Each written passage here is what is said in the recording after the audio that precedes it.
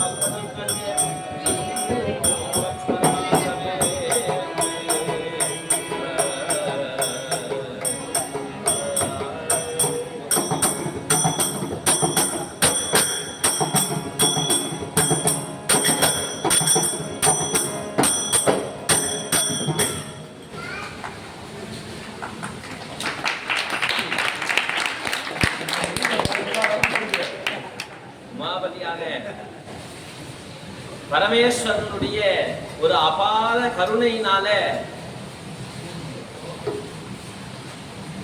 நம்ம எல்லாரையும் உஜ்ஜீவிக்கணும் அப்படிங்கிற அந்த ஒரு எண்ணத்தை அதிகப்படியாக பரமேஸ்வரன் தன்னிடத்தே எடுத்துட்டு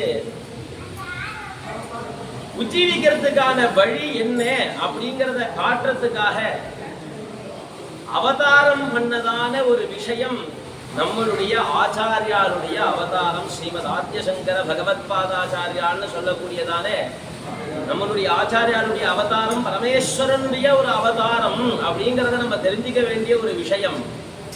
அவருடைய ஒரு பரிபூர்ண ஆசீர்வாதத்தினால இந்த லோகத்துக்கே காஞ்சி அப்படின்னு சொல்லக்கூடிய இடமாக இருக்கக்கூடியதான காஞ்சிபுரத்துல ஒரு மடத்தை ஸ்தாபனம் பண்ணி மூலாம்நாய சர்வஜ்ய பீடம் அப்படின்னு சொல்லக்கூடியதான ஒரு மடம், அதுல தானே முதல் பீடாதிபதியாக இருந்து நம்ம எல்லாருக்கும் வழிகாட்டுறதுக்கு இன்றளவும் ஆச்சாரியாலே குருக்களே நமக்காக கொடுத்ததான ஒரு பெரிய குரு பீடத்தை நம்மளுடைய பீடமாக வச்சுட்டு இந்த க்ஷணத்துல இங்க கும்பகோணத்துல இருக்கக்கூடியதான காஞ்சிபுரத்தினுடைய கிளை மடத்துல நம்ம எல்லாரும் உட்காந்துருக்கோம். அதுக்கே ஒரு பெரிய புண்ணியம் பண்ணிருக்கணும் நம்ம எல்லாரும். அதுவும் ஆச்சாரியாருடைய அவதார நோக்கம் எப்ப சித்திக்கும் அப்படின்னு சொன்னாக்க அவர் சொன்னதான சோபான பஞ்சகத்துல பார்க்கும்போது வேதோ நித்தியம் அதீயதாம் ததுதிதம் கர்மஸ்வனுஷ்டீயதாம் அப்படின்னு ஆச்சாரியால் சொன்ன மாதிரி எப்படி இந்த லோகத்தை காப்பாத்துறது, பரித்ராணாய சாதுனாம் விநாசாய துஷ்கிருதாம் சொல்லி ரெண்டே விதம் தான் லோகத்தை காப்பாத்துறதுக்கு இருக்கக்கூடியதான வழி. அப்ப தர்மத்தை காப்பாத்தணும் அப்படின்னு சொல்லிட்டு சுவாமி காப்பாத்துறார். அப்ப சாதுக்களை காப்பாத்தணும்னா சாதுக்கள் யாரு அப்படின்னு சொன்னாக்க அந்த ஆச்சாரியால் சொன்னதை யாரு செய்யறாளோ அவ அத்தனை பேரும் சாதுக்கள். அப்போ வேதத்தை நித்தியம் எவன் ஒருவன் சொல்லிண்டே இருக்கானோ அவனுக்கு சாதுன்னு நம்ம பேர் எடுத்துக்கலாம். அப்படிங்கிற மாதிரி ஏதோ பாடசாலையெல்லாம் முடிச்சுட்டு வெளில வந்ததுக்கு அப்புறம் அப்படியே புதஸ்ராத்தம் புதோஹோமஹா அப்படின்னு சொல்லி எங்கேயோ யாத்தாயாத்தமா ஓடிட்டு இருக்கும் போது ஏதோ பிரம்மஜ்ய பிரசனம்னு சொல்லி ஆகணுமே அப்படின்னு சுவாத்தியாயம் சொல்லி ஆகணுமேன்னு சொல்லிட்டு சொல்றதெல்லாம் ஒரு பக்கம். ஆனா தன்னுடைய வாழ்க்கையில ஒரு பகுதியை தியாகம் பண்ணிட்டு அத்தியனத்துக்குன்னு உட்கார்ந்து இருக்கக்கூடியதான ஒரு பெரிய கூட்டத்தோட சேர்ந்து நம்ம மடத்துல இருக்கோம் அப்படிங்கிறது ஒரு பெரிய ஒரு சந்தோஷம். அதை கொடுத்துட்டு இருக்கக்கூடிய குழந்தைகளுக்கு தன்னுடைய வாழ்க்கையை தியாகம் பண்றா அப்படின்னு சொல்றோம் இல்லையா. அப்போ அந்த சின்ன வயசுல இருக்கக்கூடியதானே அப்பா அம்மாவோடைய வாசம் அது ரொம்ப பிரதானம். நம்ம எல்லாம் சாதாரணமா சொல்லிடுறோம், வந்துடலாம் பாடசாலை வந்தாச்சு, ஒரு மாசத்துக்கு அப்புறம் அந்த குழந்தைக்கு நினைவு இருக்க போறது இல்லை, வாத்தியார் வந்தா பழகிட போறார். அதுக்கப்புறம் ஊருக்கு போறச்சேதான் சிரமமா இருக்கும். ஏன்னா இங்க இருக்கும் போது நிறைய ஒரு 40 பேர் 50 பேரோட இருந்தது திடீர்னு ஆத்துல போய் தனியா இருந்தா என்ன பண்றதுனே தெரியாது குழந்தைகளுக்கு. அதனால அதுக்கப்புறம் ஆத்துக்கு போறது சிரமமா இருக்கும். ஆனா அந்த அப்பா அம்மான்னு சொல்லக்கூடியதான அந்த ஒரு பாசமும் நேசமும் அவளுடைய அந்த உடை வாசமும் இருக்கு இல்லையா, அதையெல்லாம் தியாகம் பண்ணக்கூடிய குழந்தைகளுக்கு மீதி எல்லா படிப்பும் படிக்கிற குழந்தைகளுக்கு கல்ச்சுரல் ஆக்டிவிட்டின்னு சொல்லிட்டு எங்கெங்கயோ அழைச்சிட்டு எல்லாம் பண்றா. நம்ம நம்மளுடைய சனாதன தர்மத்துக்கு ஆணிவேராக இருக்கக்கூடியதான வேதத்தை அத்தியனம் பண்ணக்கூடியதான குழந்தைகளுக்கு நம்ம இந்த மாதிரி ஏதாவது ஒரு விஷயத்தை செய்யணும் அப்படின்னு பெருவரன்னா அவெல்லாம் சேர்ந்து ஒரு முடிவெடுத்து பெரியவாள்கிட்ட ஆக்கிய வாங்கிட்டு பெரியவாளுடைய ஆசீர்வாதத்தோட இந்த மாதிரி ஒரு விஷயம் செய்யறா அப்படிங்கும் போதே அதுல நாமும் அவசியம் கண்டிப்பாக ஒரு பங்கோட இருக்கணுங்கிறது கடமையா போயிடுறது. அதுவும் அவரே அனுகிரகம் பண்ணி வந்துரு நீ பேச வந்துரு அப்படின்னு சொல்லும் போது அதுல ஒன்றும் பெரிய விஷயமே கிடையாது. அவசியம் வர வேண்டிய கடமைப்பட்டிருக்கேன், அண்ணாக்கும் தனிப்பட்ட முறையில நான் கடமைப்பட்டிருக்கேன், அதனால அவசியம் வர வேண்டியதான். அதுக்கப்புறம் நம்ம கோபி அண்ணா அப்புறம் கார்த்திகன்னா எல்லாருமா சேர்ந்து இதை நடத்துறா அப்படின்னு அண்ணா சொல்லும் போதே சொன்னார். அப்படி ஒரு ஒரு நல்ல விஷயம் அப்படிங்கிறது என்ன அப்படின்னு சொன்னாங்க, தர்மத்தை காப்பாத்துறதுக்கு ஒரு சின்ன ஒரு முள்ளு வழியில இருக்குது. தர்மத்துல நடக்கிறவா போற வழியில ஒரு முள்ளு இருக்குதுப்பா, அதை நான் நவுத்தி போடுறேன்னு சொன்னாலே அது நல்ல விஷயம், அதை நம்ம ஆதரிக்கணும் அப்படின்னு சொல்லும் போது இத்தனை பாடசாலை பசங்களை இங்க அழைச்சின்னு வந்து வாத்தியார்கிட்ட பேசி அவளுடைய சேஃப்டி முத கொண்டு பார்த்து அவளுக்கு ஆகாரங்கள் ஏற்பாடு பண்ணி போக்குவரத்துக்கு உண்டான விஷயங்களை ஏற்பாடு பண்ணி இவ்வளவு பெரிய விஷயம் பண்றான்னு சொன்னா கண்டிப்பா நம்ம அத்தனை பேரும் கூட நின்னே ஆகணும், அவசியம் இருக்கணும். என்ன முடியுமோ நம்மளால முடிஞ்ச சகாயத்தை அவசியம் நம்ம பண்ணணும். அதுல அவருடைய ஒரு ஆகியின் பேர்ல என்னால முடிஞ்ச சகாயம் நான் இப்போ திருஞான சம்பந்தருடைய சரித்திரம் சொல்லு அப்படின்னு அண்ணா ஆக்கியாபிச்சிருக்கார். அதனால ஞான சம்பந்தருடைய சரித்திரத்தை பாட்டோட சேர்ந்து இன்னைக்கு அனுபவிக்கலாம் அப்படின்னு சொல்லிட்டு தீர்மானம் இருக்கு. பெரியவாருடைய ஆசீர்வாதம். ஏன் நம்மளுடைய இந்த ஞான சம்பந்தருடைய சரித்திரம் நம்ம தெரிஞ்சுக்கணும் அப்படின்னு சொன்னாக்க, பாடசாலைன்னு சொல்லிட்டு நம்ம முழுக்க முழுக்க எந்த விதமான வெளி சிந்தனையும் இல்லாம முழுசா காலம்பரம் எழுந்தினதுலேருந்து வேதம் வேதம் வேதம் வேதம் வேதம் வேதம்னு சொல்லி ராத்திரி படுக்கிற பரியந்தம் மறுநாளைக்கு சொல்ல வேண்டிய பிரம்மிகத்தை என்ன பஞ்சாயத்து சொல்ல போறோமோ அதை முதனா ஆவர்த்தி போடுறதுலேருந்து ஆரம்பிச்சு முழுக்க முழுக்க எல்லாத்தையும் வேதத்தையே வச்சிருக்கிற நாம பாடசாலையில அத்தியனம் முடிஞ்சதுக்கு அப்புறம் கொஞ்ச நாள் நம்ம அவானி சேர்த்து குழந்தைகளோட வச்சுட்டு நீதி விஷயங்கள் எல்லாத்தையும் சொல்லி கொடுத்துட்டு அனுப்பிட்டோமானா அதுல சிரமம் தெரியாது.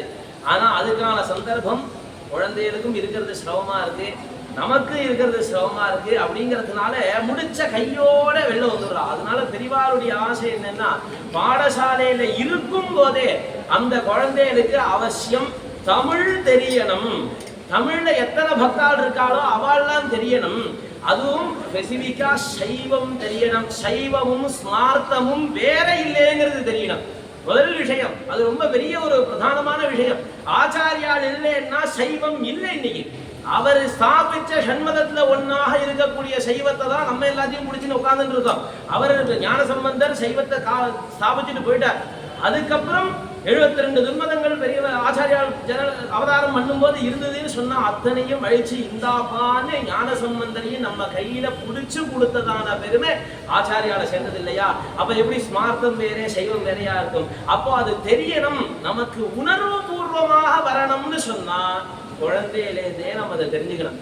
அதனால தான் குழந்தைகள் அத்தனை பேருக்கும் திருமுறை தெரியணும், சேக்கிழார்னா யாருன்னு தெரியணும், ஞான சம்பந்தர்னா யாருன்னு தெரியணும், அவளுடைய பதிகங்கள் என்னன்னு தெரியணும், எங்கெங்க பாடி இருக்கா, எதனால நம்ம அவளை சேவிக்கணுங்கிற விஷயங்கள்லாம் தெரியணும்னு பெரியவாளுடைய ஒரு பெரிய ஆசையை அண்ணா தான் சேர்ந்து நடத்துறா. அதனால ஞான சம்பந்தர் சரித்திரம் நம்ம பார்க்கணும். அதுல என்ன ஒரு பெரிய விஷயம்னா, ஞான சம்பந்தர் சைவர். பெரியவா இந்த பத்திரிகையும் பார்த்துருக்க எல்லாத்தோடைய சம்பந்தம் இருக்கு, நமக்கு ஞானத்தோட சம்பந்தம் வேணும் அப்படின்னு காலத்தால பெரியவா இது அடி எடுத்து கொடுத்துருவா.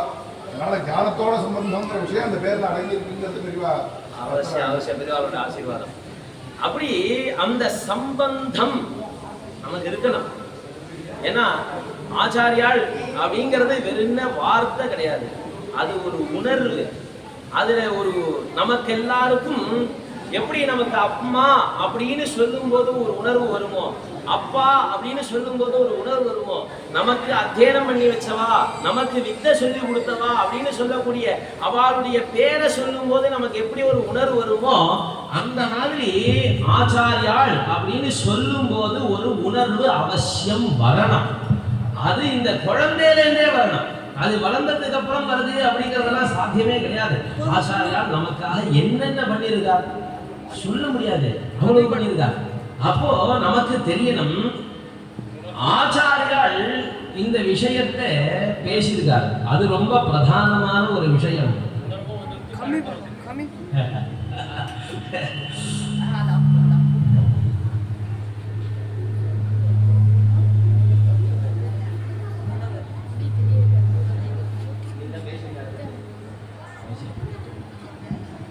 அப்போ நமக்கு ஆச்சாரியால் சொல்லப்பட்டதான ஒரு விஷயம், அந்த விஷயத்தை நாம தெரிஞ்சுக்கிறோம். அப்போ சைவம் சிவபுஜங்கம் எழுதியிருக்கார், பரமேஸ்வரன் மேல பல ஸ்தோத்திரங்கள் எழுதியிருக்கார்.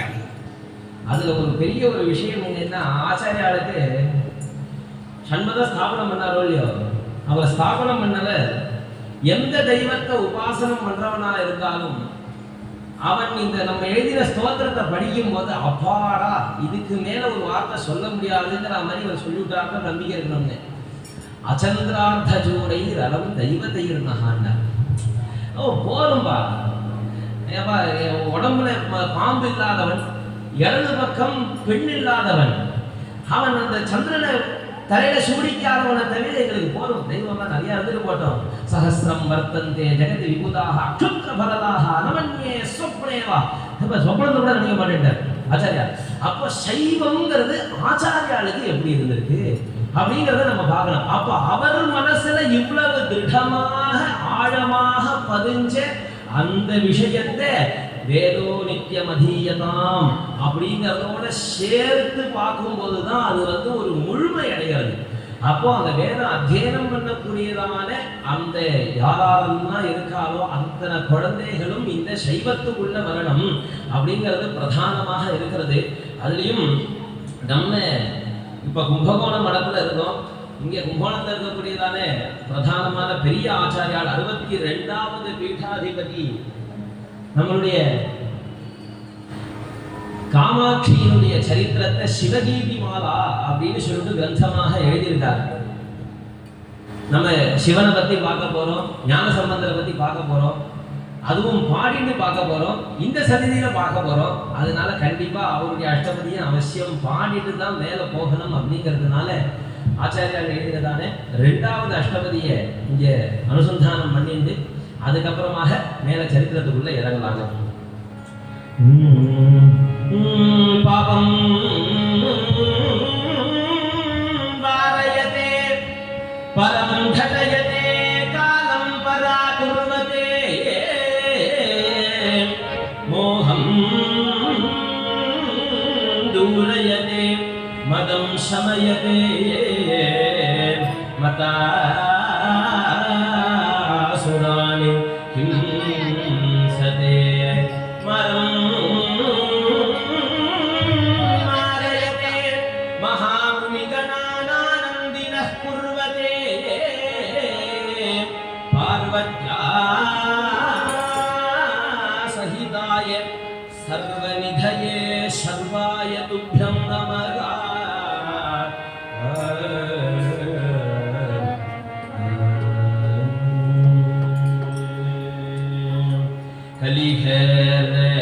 चरिते विभूषणा श्रुति भाषणा करते विलसिते शूला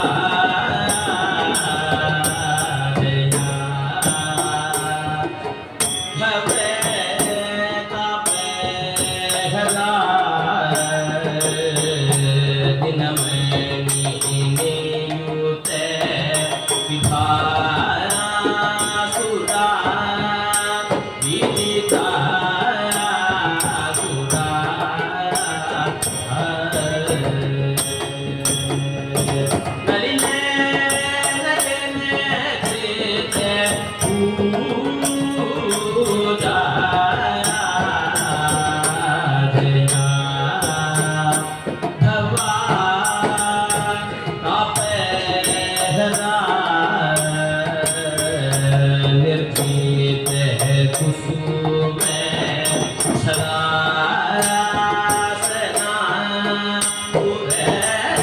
Sara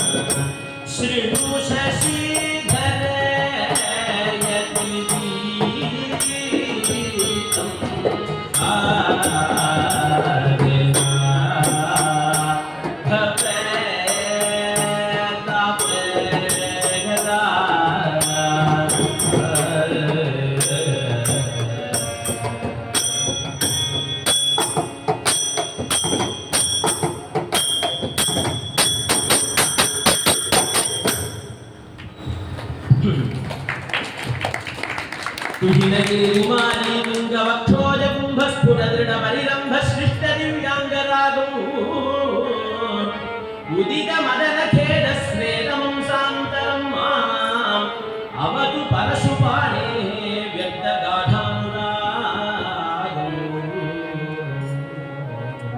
नमः पार्वती पतये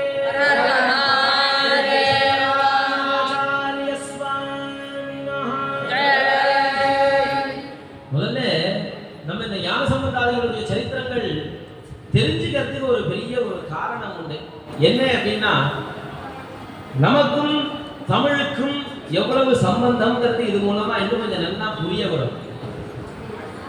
108 திவ்ய தேசங்கள் அப்படின்னு நம்ம ஒன்று சொல்றோம். 276 சிவக்ஷேத்திரங்கள்னு சொல்றோம். அப்ப மீதி எல்லாம் க்ஷேத்திரங்கள் கிடையாதா? அதெல்லாம் திவ்ய தேசம் கிடையாதா? அப்போ மீதி பெருமாள் தான். உள்ளூர்ல ஒரு பெருமாள் இருக்காரு, அது திவ்ய தேசம் கிடையாதா? அங்க சுவாமியுடைய சாநித்தியம் இல்லையா? அது திவ்ய கோபமா இருக்காதானே? அங்கேயும் ஒரு உற்சவம் நடந்ததுன்னா அங்கேயும் திருப்பதி பெருமாள் மாதிரி நிறைய ஆபரணம் போட்டாக்க, நிறைய மாலை போட்டாக்க, அங்கேயும் திவ்யமா தான் இருக்க போகுது. ஏன் இதை திவ்ய தேசம்னு சொல்றோம் அப்படின்னு சொன்னாக்க, ஆழ்வார் பாடியிருக்கார். இந்த பெருமாளை 12 ஆழ்வாருக்குள்ள இருக்கக்கூடிய ஒருத்தர் பாடியிருக்கார். அப்போ மங்களாசாசனம் செய்யப்பட்ட தலம். அவ என்ன பாடினா? தமிழ் பாடினா. தமிழ்ல பாட்டு இருக்கா உனக்கு? சுவாமி கிட்ட நம்மளுடைய கேள்வி, உனக்கு தமிழ்ல பாட்டு இருக்கா? உனக்கு பெருமை. அதே மாதிரி சிவக்ஷேத்திரத்திலையும் பாடல் பெற்ற ஸ்தலங்கள். அதுக்கு என்ன? இவா 3 பேர் பாடியிருக்கணும். ஞானசம்பந்தரும் நாவுக்கரசரும் சுந்தரரும் பாடியிருக்கணும். அப்படி பாடியிருந்தாக்க அது பாடல் பெற்ற ஸ்தலம் இல்லையா? அப்ப அந்த ஊருக்கு பாடல் இருக்குப்பா, ஞானசம்பந்தர் பாடியிருக்காருப்பா அந்த சுவாமிய. அப்போ சுவாமிக்கு பெருமை ஜாஸ்தியாகுது. ஏன்னா தமிழ் அவர் காதுல விழுந்திருக்கு. அப்ப நம்ம விசேஷமான ஸ்தலத்தை கணக்கெடுக்கும் போதே எப்படி எடுத்திருக்கோம்? தமிழ் பாட்டு இருக்கான்னு தான் எடுத்திருக்கோம். எடுத்தது வேற யாரும் இல்ல, நம்ம ராஜராஜ சோழனும் அவர்கிட்ட இருக்கக்கூடியவாளும் இந்த 12 திருமுறையை வகுத்து நம்ம கையில கொடுத்து அந்த பிராமண பரம்பரையை சேர்ந்தவா தான் வகுத்து கொடுத்தது. வேற ஒருத்தரும் கிடையாது இல்லையா? பொல்லா பிள்ளையார அப்பேற்பட்ட ஒரு உபாசனை பண்ணி நம்பியாண்டார் நம்பிகள் பூஜை பண்ணிட்டு இருந்த பிராமணர் இந்த திருமுறையெல்லாம் இந்த ஊரை சேர்ந்ததுன்னு அவர் எந்த ஊரை லிஸ்ட் போட்டு கொடுத்தாரோ அந்த ஊரை தான் நம்ம பாடல் பெற்ற ஸ்தலங்கள்னு சொல்லிட்டு இருக்கோம். அப்போ பிராமணா சொல்லித்தான் இது பாடல் பெற்ற ஸ்தலங்கிறதே தெரியும். அப்ப நமக்கும் தமிழுக்கு எவ்வளவு சம்பந்தம் இருக்கு, அப்ப நமக்கு தெரியாத சம்பந்தம் எவ்வளவு சம்பந்தம் இருக்கு. நம்ம தெரிஞ்சுக்காம இருக்க கூடாதுங்கிறது நம்மளுடைய அந்த ஒரு விஷயத்திலேயே வந்துடுறது. நம்மளுடைய கடமை. எப்படி வேதோ நித்தியம் அதீயதான் அப்படின்னு சொல்லிட்டாரு ஆச்சாரியார். அதனால தான் இதே தமிழ் வேதம்னு சொன்னான். அது எப்படி நித்தியம் சொல்லணும்னு ஆச்சாரியா சொன்னாரோ அதே மாதிரி நம்ம இதையும் நித்தியம் சொல்லணுங்கிற பழக்கம் நமக்கு வரணுங்கிறதுக்காகத்தான் வேதம்ங்கிற வார்த்தையை இதுக்கு உபயோகப்படுத்தினதுக்கு காரணமே. அப்போ எந்த அளவுக்கு நாம இதை மதிச்சிருக்கோம். ஏன் மதிச்சோம்? நமக்கு தான் தமிழ் தெரியும். இவ பேசிட்டு இருக்கோம், நான் பேசுறேன், உங்களுக்கு எல்லாம் நல்லா கேட்கறது புரியறது, என்ன சொல்றேன்னு வேற புரியறது. ஆனா இந்த தமிழை படிச்சா ஒண்ணுமே புரிய மாட்டேங்குது. படிக்க படிக்க புரியறதுங்கிறது வேற விஷயம். ஆனா படிச்சோடனே புரியல. ஏன்னா இறங்கி வந்துட்டோம். இன்றைய லெவல்ல இந்த நிலவில பார்த்தோம் அப்படின்னு சொன்னாங்க, கிட்டத்தட்ட இப்படித்தான் பேசணும்னு பாஷை எப்படி இருக்கோ அதே மாதிரியே தான் இன்றளவும் பேசணுங்கிறதுல சம்ஸ்கிருதத்துக்கு ஒரு முக்கிய ஒரு பங்கு நின்று போச்சு. ஏன்னா அந்த பிராகிருத பாஷை அப்படின்னு சொல்லிட்டு ஒண்ணு இருந்தா சொல்ற தேசிகர்னா அதுல நமக்கு ஸ்தோத்திரங்களும் சிலதெல்லாம் எழுதியிருக்காங்க. அப்படி இருக்கும்போது அந்த பிராகிருத சம்ஸ்கிருதம், அதாவது நம்ம இப்ப கலோக்கியல் லாங்குவேஜ் நம்ம எல்லாரும் பேசுறோம் இல்லையா, அவன் இன்னைக்கு வந்தானா, இது தமிழே கிடையாது ஆக்சுவலா. ஆனா தமிழ்ல இருந்து வந்ததான வார்த்தைகளை நம்ம உபயோகப்படுத்தி தமிழாக நம்ம பேசிட்டு இருக்கோம். ஆனா இந்த தமிழ் புரியறது அந்த தமிழ் புரியல. ஏன் புரியல? செந்தமிழும் நாப்பழக்கம். நாக்கு பழகணும், அம்மா சொல்லணும், அப்பா பேசணும் இல்லையா? நமக்கு தமிழ் எப்படி தெரிஞ்சுது? அவ மாதృభాஷை தெலுங்கு எப்படி தெரிஞ்சுது? கன்னடம் எப்படி தெரிஞ்சது? அவ அப்பா அம்மா பேசினா, தாத்தா பாட்டி பேசினா, அவ குழந்தைகளோட பேசினா. அப்போ ஆத்துல குழந்தைகளோட பேசுற நாம எந்த ஒரு பாஷையை நம்ம உபயோகப்படுத்துறோமோ அந்த பாஷையை தூய்மையா உபயோகப்படுத்தினோமே ஆனால் அடுத்த தலைமுறை இன்னும் தூய்மையா தமிழ் பேசக்கூடிய தலைமுறையா உருவாகும். அப்ப தமிழும் நம்ம அவ்வளவு தூரம் முக்கியமா பேசணும். சம்ஸ்கிருதமும் அதே அளவுக்கு முக்கியமாக ஆத்துல பேசுற மொழியா இருக்கணும். எங்கேயோ வெளியில போய் நம்ம ஏதோ அது சம்ஸ்கிருதம் ஒரு பாஷைன்னு சொல்றா இல்லையா, அந்த பாஷையில அந்த பேசி உட்காந்துருக்கோம். நம்மளாம் யாரு சம்ஸ்கிருதம் பேசுறோமே, சம்ஸ்கிருதம் நமக்கு தெரியறதே, சொல்லி கொடுக்க ஆள் இருக்காளே. அப்ப நமக்கு இத்தனை பேர் இருக்கும் போது அந்த பாஷையே அந்த மாதிரி ஒரு வார்த்தை சொல்லி அது இருந்த பாஷைன்னு சொல்றதுக்கெல்லாம் வாய்ப்பு கிடையாது, அது இருக்கிற பாஷை. அப்போ எப்படி செந்தமிழும் நாப்பழக்கமோ அந்த மாதிரி சம்ஸ்கிருதமும் நாப்பழக்கம். சம்ஸ்கிருதத்துக்கும் செந்தமிழுக்கும் ஒரு காலம் பேதமோ உயர்வு தாழ்வோ நம்மிடத்தே வந்துடவே கூடாது. அது அத்தியனம் முடிக்கிறதுக்குள்ள நம்ம தீர்மானம் பண்ணிட்டு இருந்தோம். எனக்கு தமிழும் முக்கியம், சம்ஸ்கிருதமும் முக்கியம், வேதமும் முக்கியம், தமிழ் வேதமும் முக்கியம், திராவிட வேதம் சொல்லக்கூடியதான திவ்ய பிரபந்தமும் முக்கியம். எனக்கு வைஷ்ணவம் என்னுடைய ஆச்சாரியார் எனக்கு சொல்லிக் கொடுத்திருக்கார், சைவம் என்னுடைய ஆச்சாரியார் எனக்கு சொல்லிக் கொடுத்திருக்கார், கௌமாரம் எனக்கு சொல்லிக் கொடுத்திருக்கார், சாத்தம் சொல்லிக் கொடுத்திருக்கார். எதுல வேணா போவேன், எனக்கு திருப்புகழ் தெரியும், ஏன்னா என்னுடைய ஆச்சாரியார் கௌமாரம் சொல்லிக் கொடுத்திருக்கார். நான் திருப்புகழ் பாடுவேன், எனக்கு தமிழ் தெரியும். அந்த ஒரு பிரைடு நம்ம பெருமை. அப்பா எனக்கு தமிழ் தெரியும், பரவாயில்ல, தமிழ் தான் தெரியும், தைரியமா சொல்லலாம். அந்நிய பாஷை நம்மள்ட்ட பேசுறான்னா, அப்பா உனக்கு தமிழ் தெரியல, உனக்கு சம்ஸ்கிருதம் தெரியல, எனக்கு அந்த மாதிரி இங்கிலீஷ் தெரியல, தைரியமா சொல்லலாம், தப்பு கிடையாது. ஆனா இன்றைய காலத்துக்கு அதுவும் தெரிஞ்சுக்கணும். ஏன்னா நமக்கு தெரிஞ்சுக்கிறது ஒன்றும் பெரிய விஷயமே கிடையாது. அதுவும் இந்த முதல் குலத்துக்கு அத்தியனம் அத்தியாபனம்ங்கிறது அந்த 6 கடமையில ஒன்னா வந்ததுனால எதை கொடுத்தாலும் கத்துப்போம், எதை வேணாலும் சொல்லி கொடுப்போம், சொல்லி கொடுக்குற அளவுக்கு கத்துப்போம். அதுதான் நம்மளுடைய சிறந்த தன்மையை. நீங்க எல்லாரும் வித்தை கத்துட்டாலே வேண்டாம்னா சொல்லி கொடுக்குற அளவுக்கு கத்துக்கணும். கசடர கற்க சொன்னார் இல்லையா, அது கசடு இல்லாம கத்துக்கணும் கத்துக்கிற வித்தையை. அப்படி கத்துட்டோமேயானா, அந்த மாதிரி கத்து கொடுக்கக்கூடிய ஒரு குருவிட்ட கத்துட்டோமேயானா அந்த ஒரு விஷயம் நமக்குள்ள பதிஞ்செடுத்தோம்னா நம்ம பாடசாலையில இருந்து வெளில போகும்போது யார் எது சொன்னாலும் அது சரியா தப்பா நம்மளே பார்த்துப்போமே. அதை போய் இன்னொருத்தர் கேட்பாரு. நமக்கு இந்த தமிழ் அப்படிங்கிறது ஒண்ணே நிச்சயமாக ஒவ்வொரு கோவில்லையும் ஆகம ரீதியில பூஜை நடந்துட்டு இருக்கிற கோவில்லையும் சதுர்வேதம் நித்தியபடி சொன்னதுக்கு அப்புறம் கண்டிப்பாக தேவாரம் சொல்லித்தான் பூஜை முடிகிறது இன்றளவும். அப்போ பூஜை ஆகமத்து ரீதியா நடக்கிறது.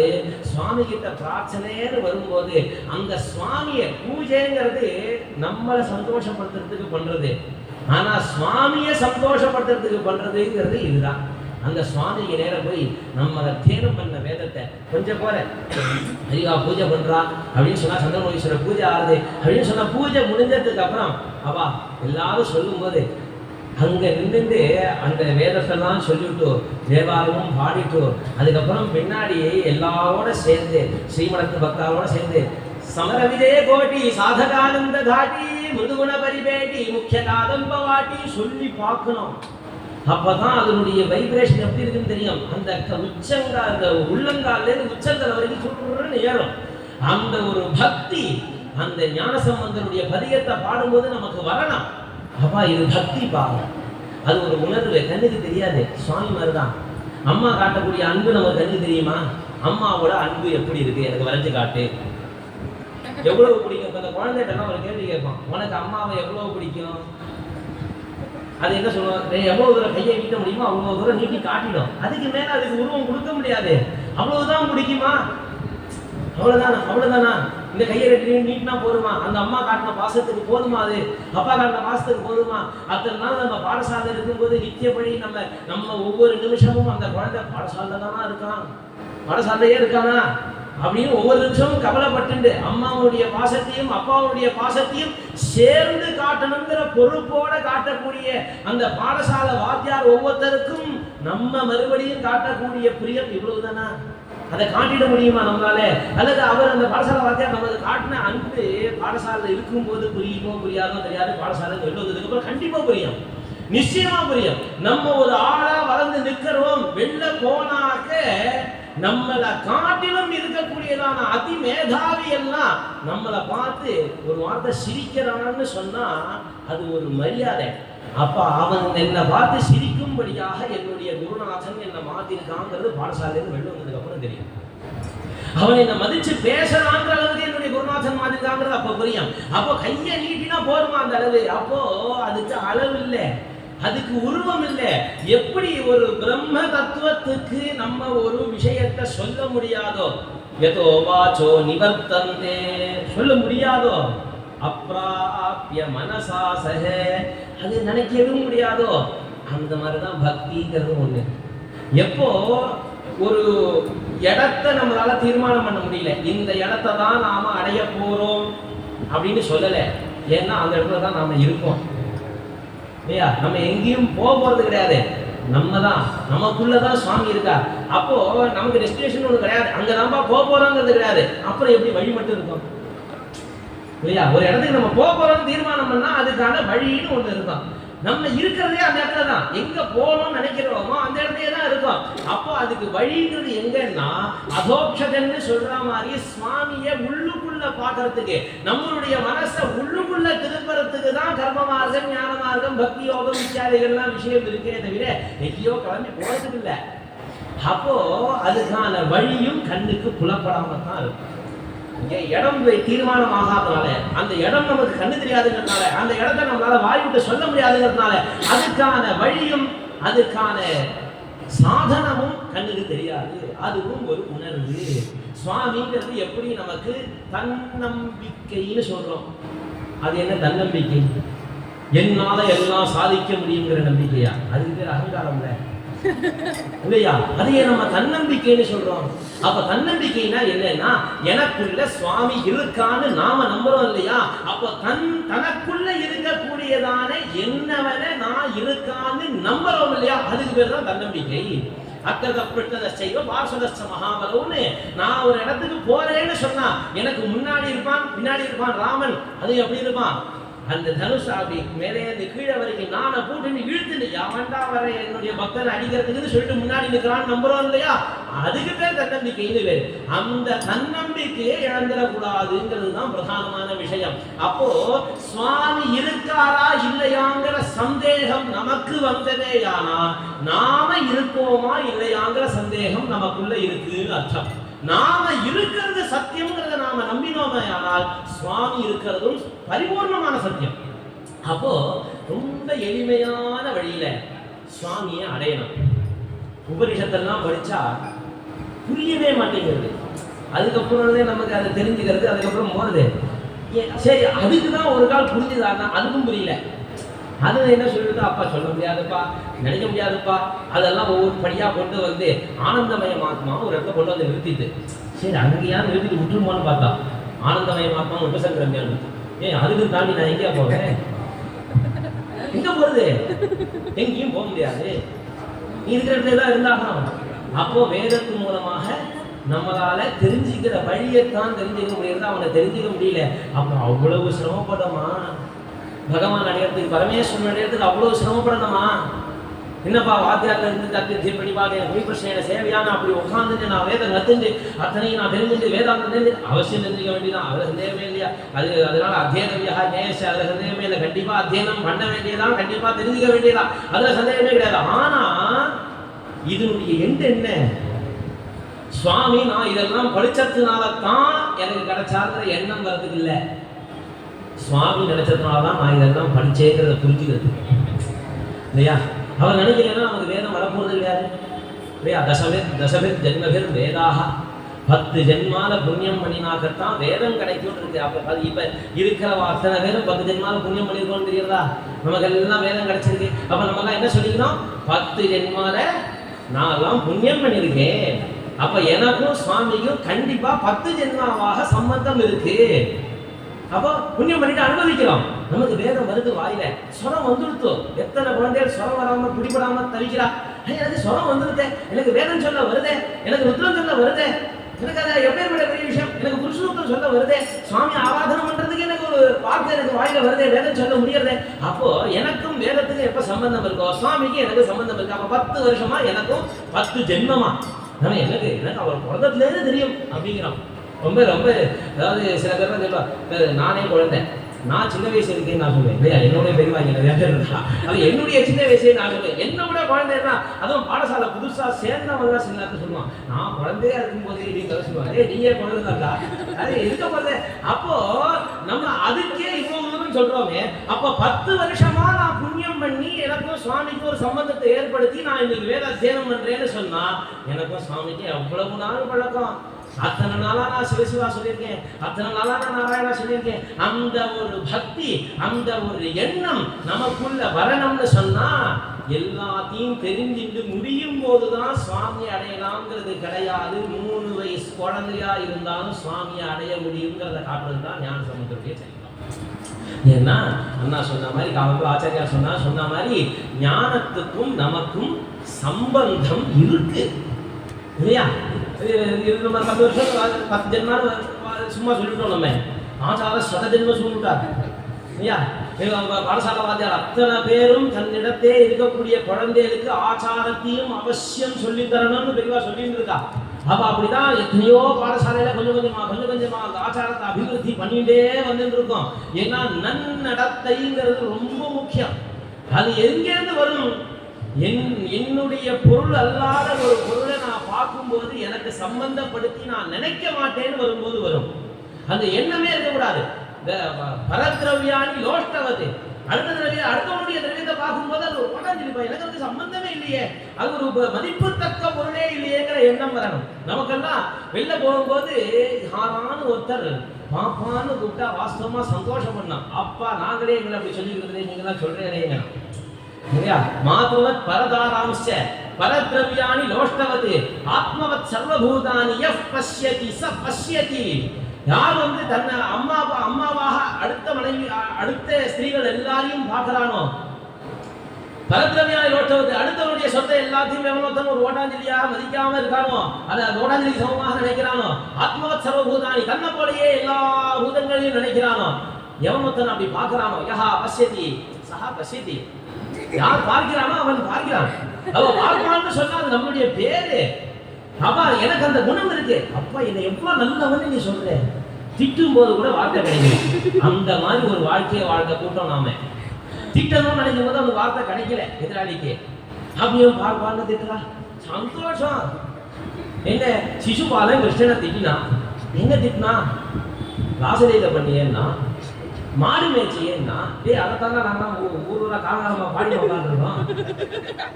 சிவனை திட்டணும்னு நினைச்சா அவன் சிவகாரத்தை வச்சுட்டு இருக்கான், சாம்பலை பூசிட்டு இருக்கான். ஞானசமுதர் பாடிட்டாரு, காருடைய சுடலை பொடி பூசி உள்ளம் கவர்கல, நீ எதெல்லாம் திட்டுறியோ அதெல்லாம் நாங்கள் பெருமையா நினைச்சிட்டு இருக்கோம். தாராளமா இன்னும் கொஞ்சம் சொல்ல தாராளமா அவங்ககிட்ட இருந்து கத்துக்கிறேன், தைரியமா சொல்லணும்.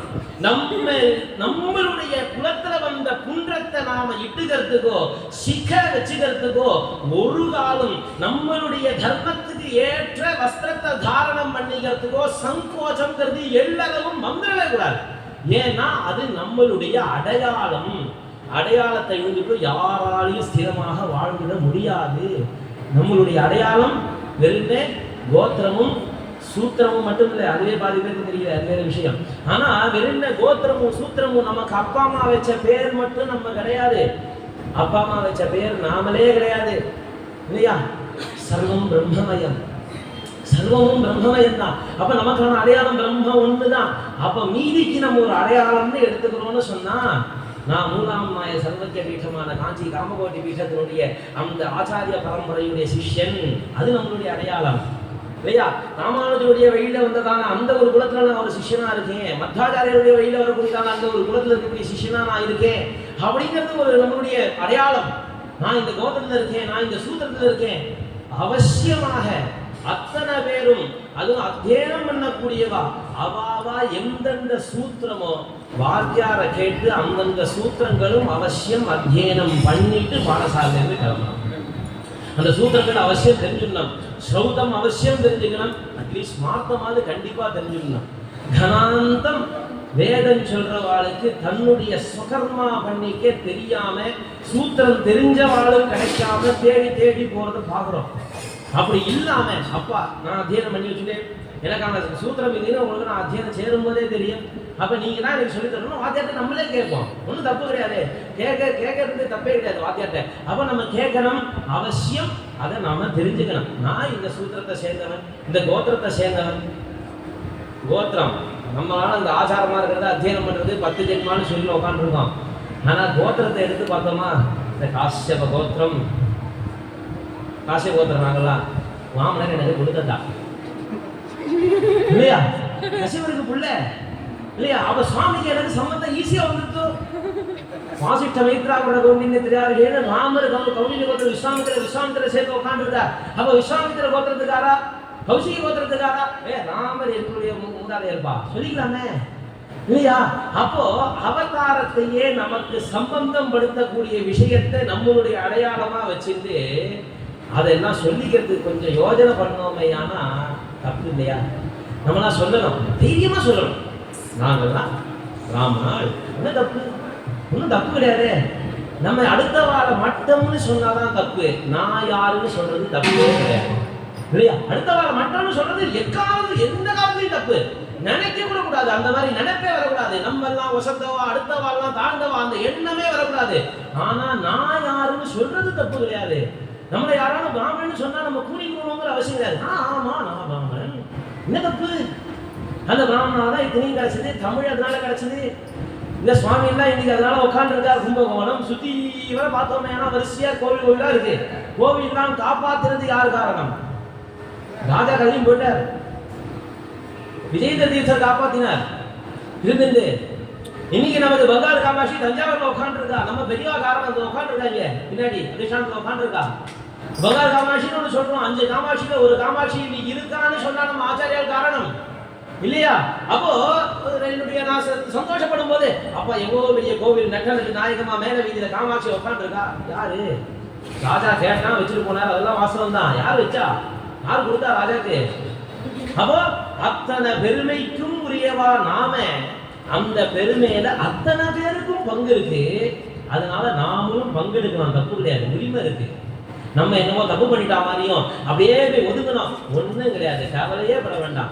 பாடசாலையை முடிச்சுட்டு வரும்போது யாரையும் ஏளனமா பார்க்காம, யாரையும் நமக்கு குறைவா பார்க்காம, அப்பா நானும் பிராமணன், நான் அத்தியனம் பண்ணிருக்கேன், எனக்கு வேதம் கிடைச்சிருக்கு, எனக்கு குருநாதார் இருக்கா அப்படின்னு சொல்லக்கூடியதான அந்த ஒரு விஷயம் நமக்கு கிடைச்சிடுதுன்னா அது பெரிய விஷயம்.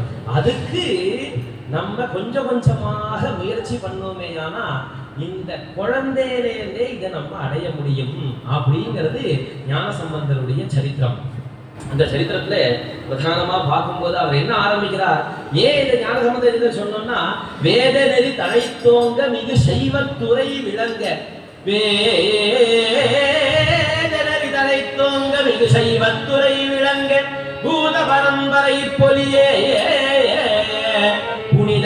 புனிதவாய் மலர்ந்தழுத ஸ்ரீதவட வயற் புகழி திருஞான சம்பந்தர் பாதமலர் தலை கொண்டு திருத்தொண்டு பரவுவார்.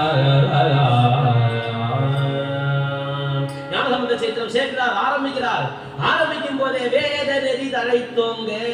அப்பா இந்த வேத நெறின்னு ஒண்ணு இருக்கு, வேதத்துக்குன்னு ஒரு மார்க்கம் இருக்கு, அந்த சனாதன தர்மம்னு சொல்லிட்டு ஒரு விஷயம் இருக்கு.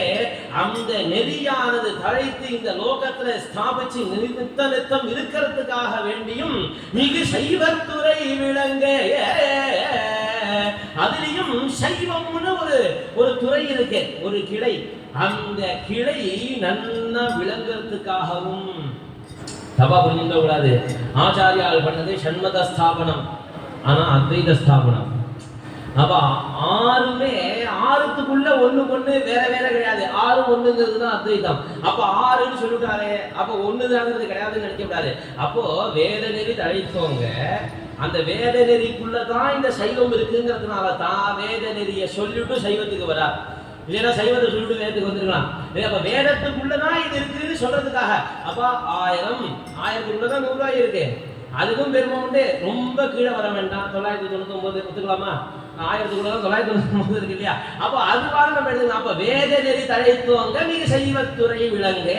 அப்ப அந்த வேதத்துக்குள்ளேயே இருக்கக்கூடியதான இந்த ஒரு சைவத்துறை விளங்குறதுக்காக அந்த மீதி இருக்கக்கூடியதான மீதி துர்மதங்கள் எல்லாம் கண்டனமாகி போறதுக்காகவும் தன்னுடைய திருவாய் மலர்ந்தழுத தன்னுடைய திருவாயினர் நம்மளாம் என்ன சொல்லுவோம், நம்ம இதை சாதாரணமாக சொல்லிட்டு போயிடுவோம்.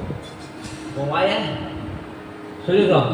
ஆனால் இந்த வாய் மணக்குமா எப்போ தெரியுமா? நம்ம ஹரஹரா சிவசிவா ஹரிஹரின்னு சொல்லும்போது வாசனை அடிச்சுமா. நம்மளுடைய வாக்கு அதை அனுபவிச்சவெல்லாம் இருக்கா. அப்பா என்னுடைய அந்த நாருமோ இல்லையா, அது என்ன ஒரு வாசனை நம்மளுடைய வாயிலேருந்து வரக்கூடியது. நாற்றம், துர்நாற்றம் இல்லை இல்லையா, அது ஒரு நாற்றம், அது ஒரு வாசனை. அந்த வாசனை எப்ப வரும்னா நாம சொல்லும் போது அப்படி அந்த நாளேந்து வந்து விழுது இல்லையா, அப்படி கோவிந்தா அப்படின்னு சொல்லும் போது கோவிந்தன் நம்மளுடைய வாக்குலேருந்து பிறக்கிறார். மகாதேவான்னு சொல்லும் போது நம்மளுடைய வாக்குலேருந்து மகாதேவர் முன்னாடி வரார்.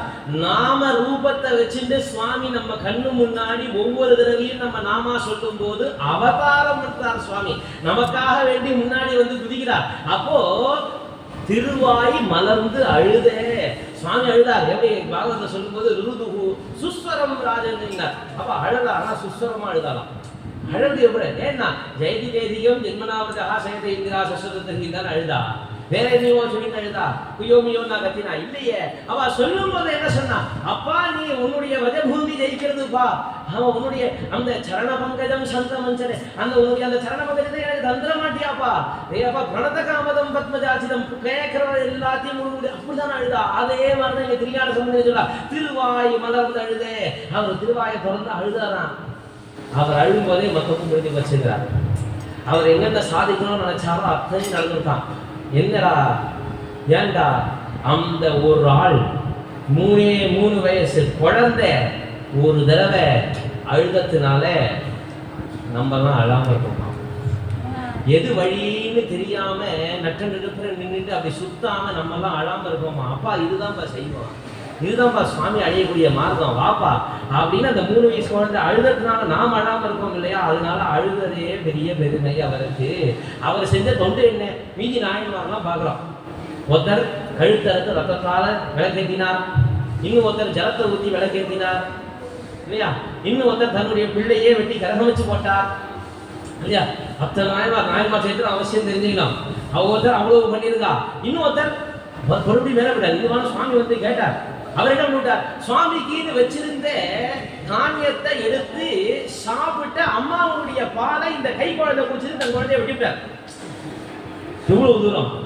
அதனாலதான் சிவஸ்வம், சிவனுடைய சொத்து கையில வரவே கூடாது. அப்படி ஒரு நாயன்மார், அப்பா இந்த குழந்தை என்ன தப்பா பண்ணிட்டு இது ஏமா நாயன்மார் லிஸ்ட சேர்த்தேன் அழுதுப்பா. ஏப்பா அழுது என்னையா, அது என்ன சாதனையா? 3 வயசு குழந்தை அழுதது என்ன சாதனையா? சாதனை. ஏன்னா அழ வேண்டிய இடத்துல அழுது, யார பார்த்து அழணுமோ அவளை பார்த்து அழுது, என்ன சொல்லி அழணுமோ அதை சொல்லி அழுது. அதனால அழுதது பெரிய சாதனை. அதனால நாங்க அவரை நாயன்மாரா தூக்கி வச்சோம். பிள்ளை பாதி புராணம் பாதி. பெரிய புராணத்துல பாதி சரித்திரம் ஞான சம்பந்த முடியுது, அவ்வளவுதான். மீதி எல்லாரையும் சேர்த்து மீதி பாதி, பிள்ளை பாதி புராணம் பாதி. ஐயா சிறு தொண்டர் அவ்வளவு பண்ணாரு, ஏன் அவ்வளவு பேச சொல்லல? ஏன்னா சுந்தரமூர்த்தியார் இவருக்கு 3 வரி வச்சார் தன்னுடைய திருத்தொண்டர் தொகையில. அவர் 3 வரி வச்சதுனால மீதி யாருக்கும் கிடைக்காத ஒரு பெருமை கிடைச்சதா. அந்த 3 வரி வச்சுட்டார். அதனால பிள்ளைய போடுறா சேர்க்கிறாருக்கு பெரிய திருப்தி. அடிச்சு விடு, இவர் ஞான சம்பந்த சைத்திரம் தான் நமக்கு இன்னைக்கு பிரதானம் சொல்லிட்டு அடிச்சு எழுதுறான். அப்போ உள்ள எவனும் போதே வேதனை தழைத்தவங்க சேர்க்கிறாருக்கு எவ்வளவு வேதங்களை பத்தி இருந்திருக்கணும். இப்ப வேதம் நம்மளுடையது, தமிழ் நம்மளுடையது, சைவ நெறி நம்மளுடையது. நம்ம எல்லாம் ஸ்மார்த்தா தான் இல்லையா. சைவாவயம் நகரு தத்திர விசாரணீயம். அதே ஸ்மார்த்தர் சொன்னதுதான். நாங்களாம் சைவர்களுமா, அது எதுவும் சந்தேகம் உனக்கு வேண்டாம். அதே ஸ்மார்த்தர் தானே சொன்னார். அப்ப ஸ்மார்த்தாலும் செய்வாலும் வேலை கிடையாது. குழப்பினாலும் குழம்ப வேண்டாம், நம்ம தெளிவா இருந்திருப்போம். அவளுக்கு இருக்கிறது நம்மளுடைய வேலை கிடையாது. ஆனா நம்ம குழப்பாம இருக்கணும் இல்லையா, அது நமக்கு அவசியம் தெரியணும். வெளியில பாடசாலை முடிச்சுட்டு வரும்போது என்னடா இப்படின்னு சொல்றா, குழம்பாதீங்க. நம்மலாம் ஸ்மார்த்தா தான், ஸ்ரீ வைஷ்ணவாலும் சேர்த்து ஸ்மார்த்தா தான்.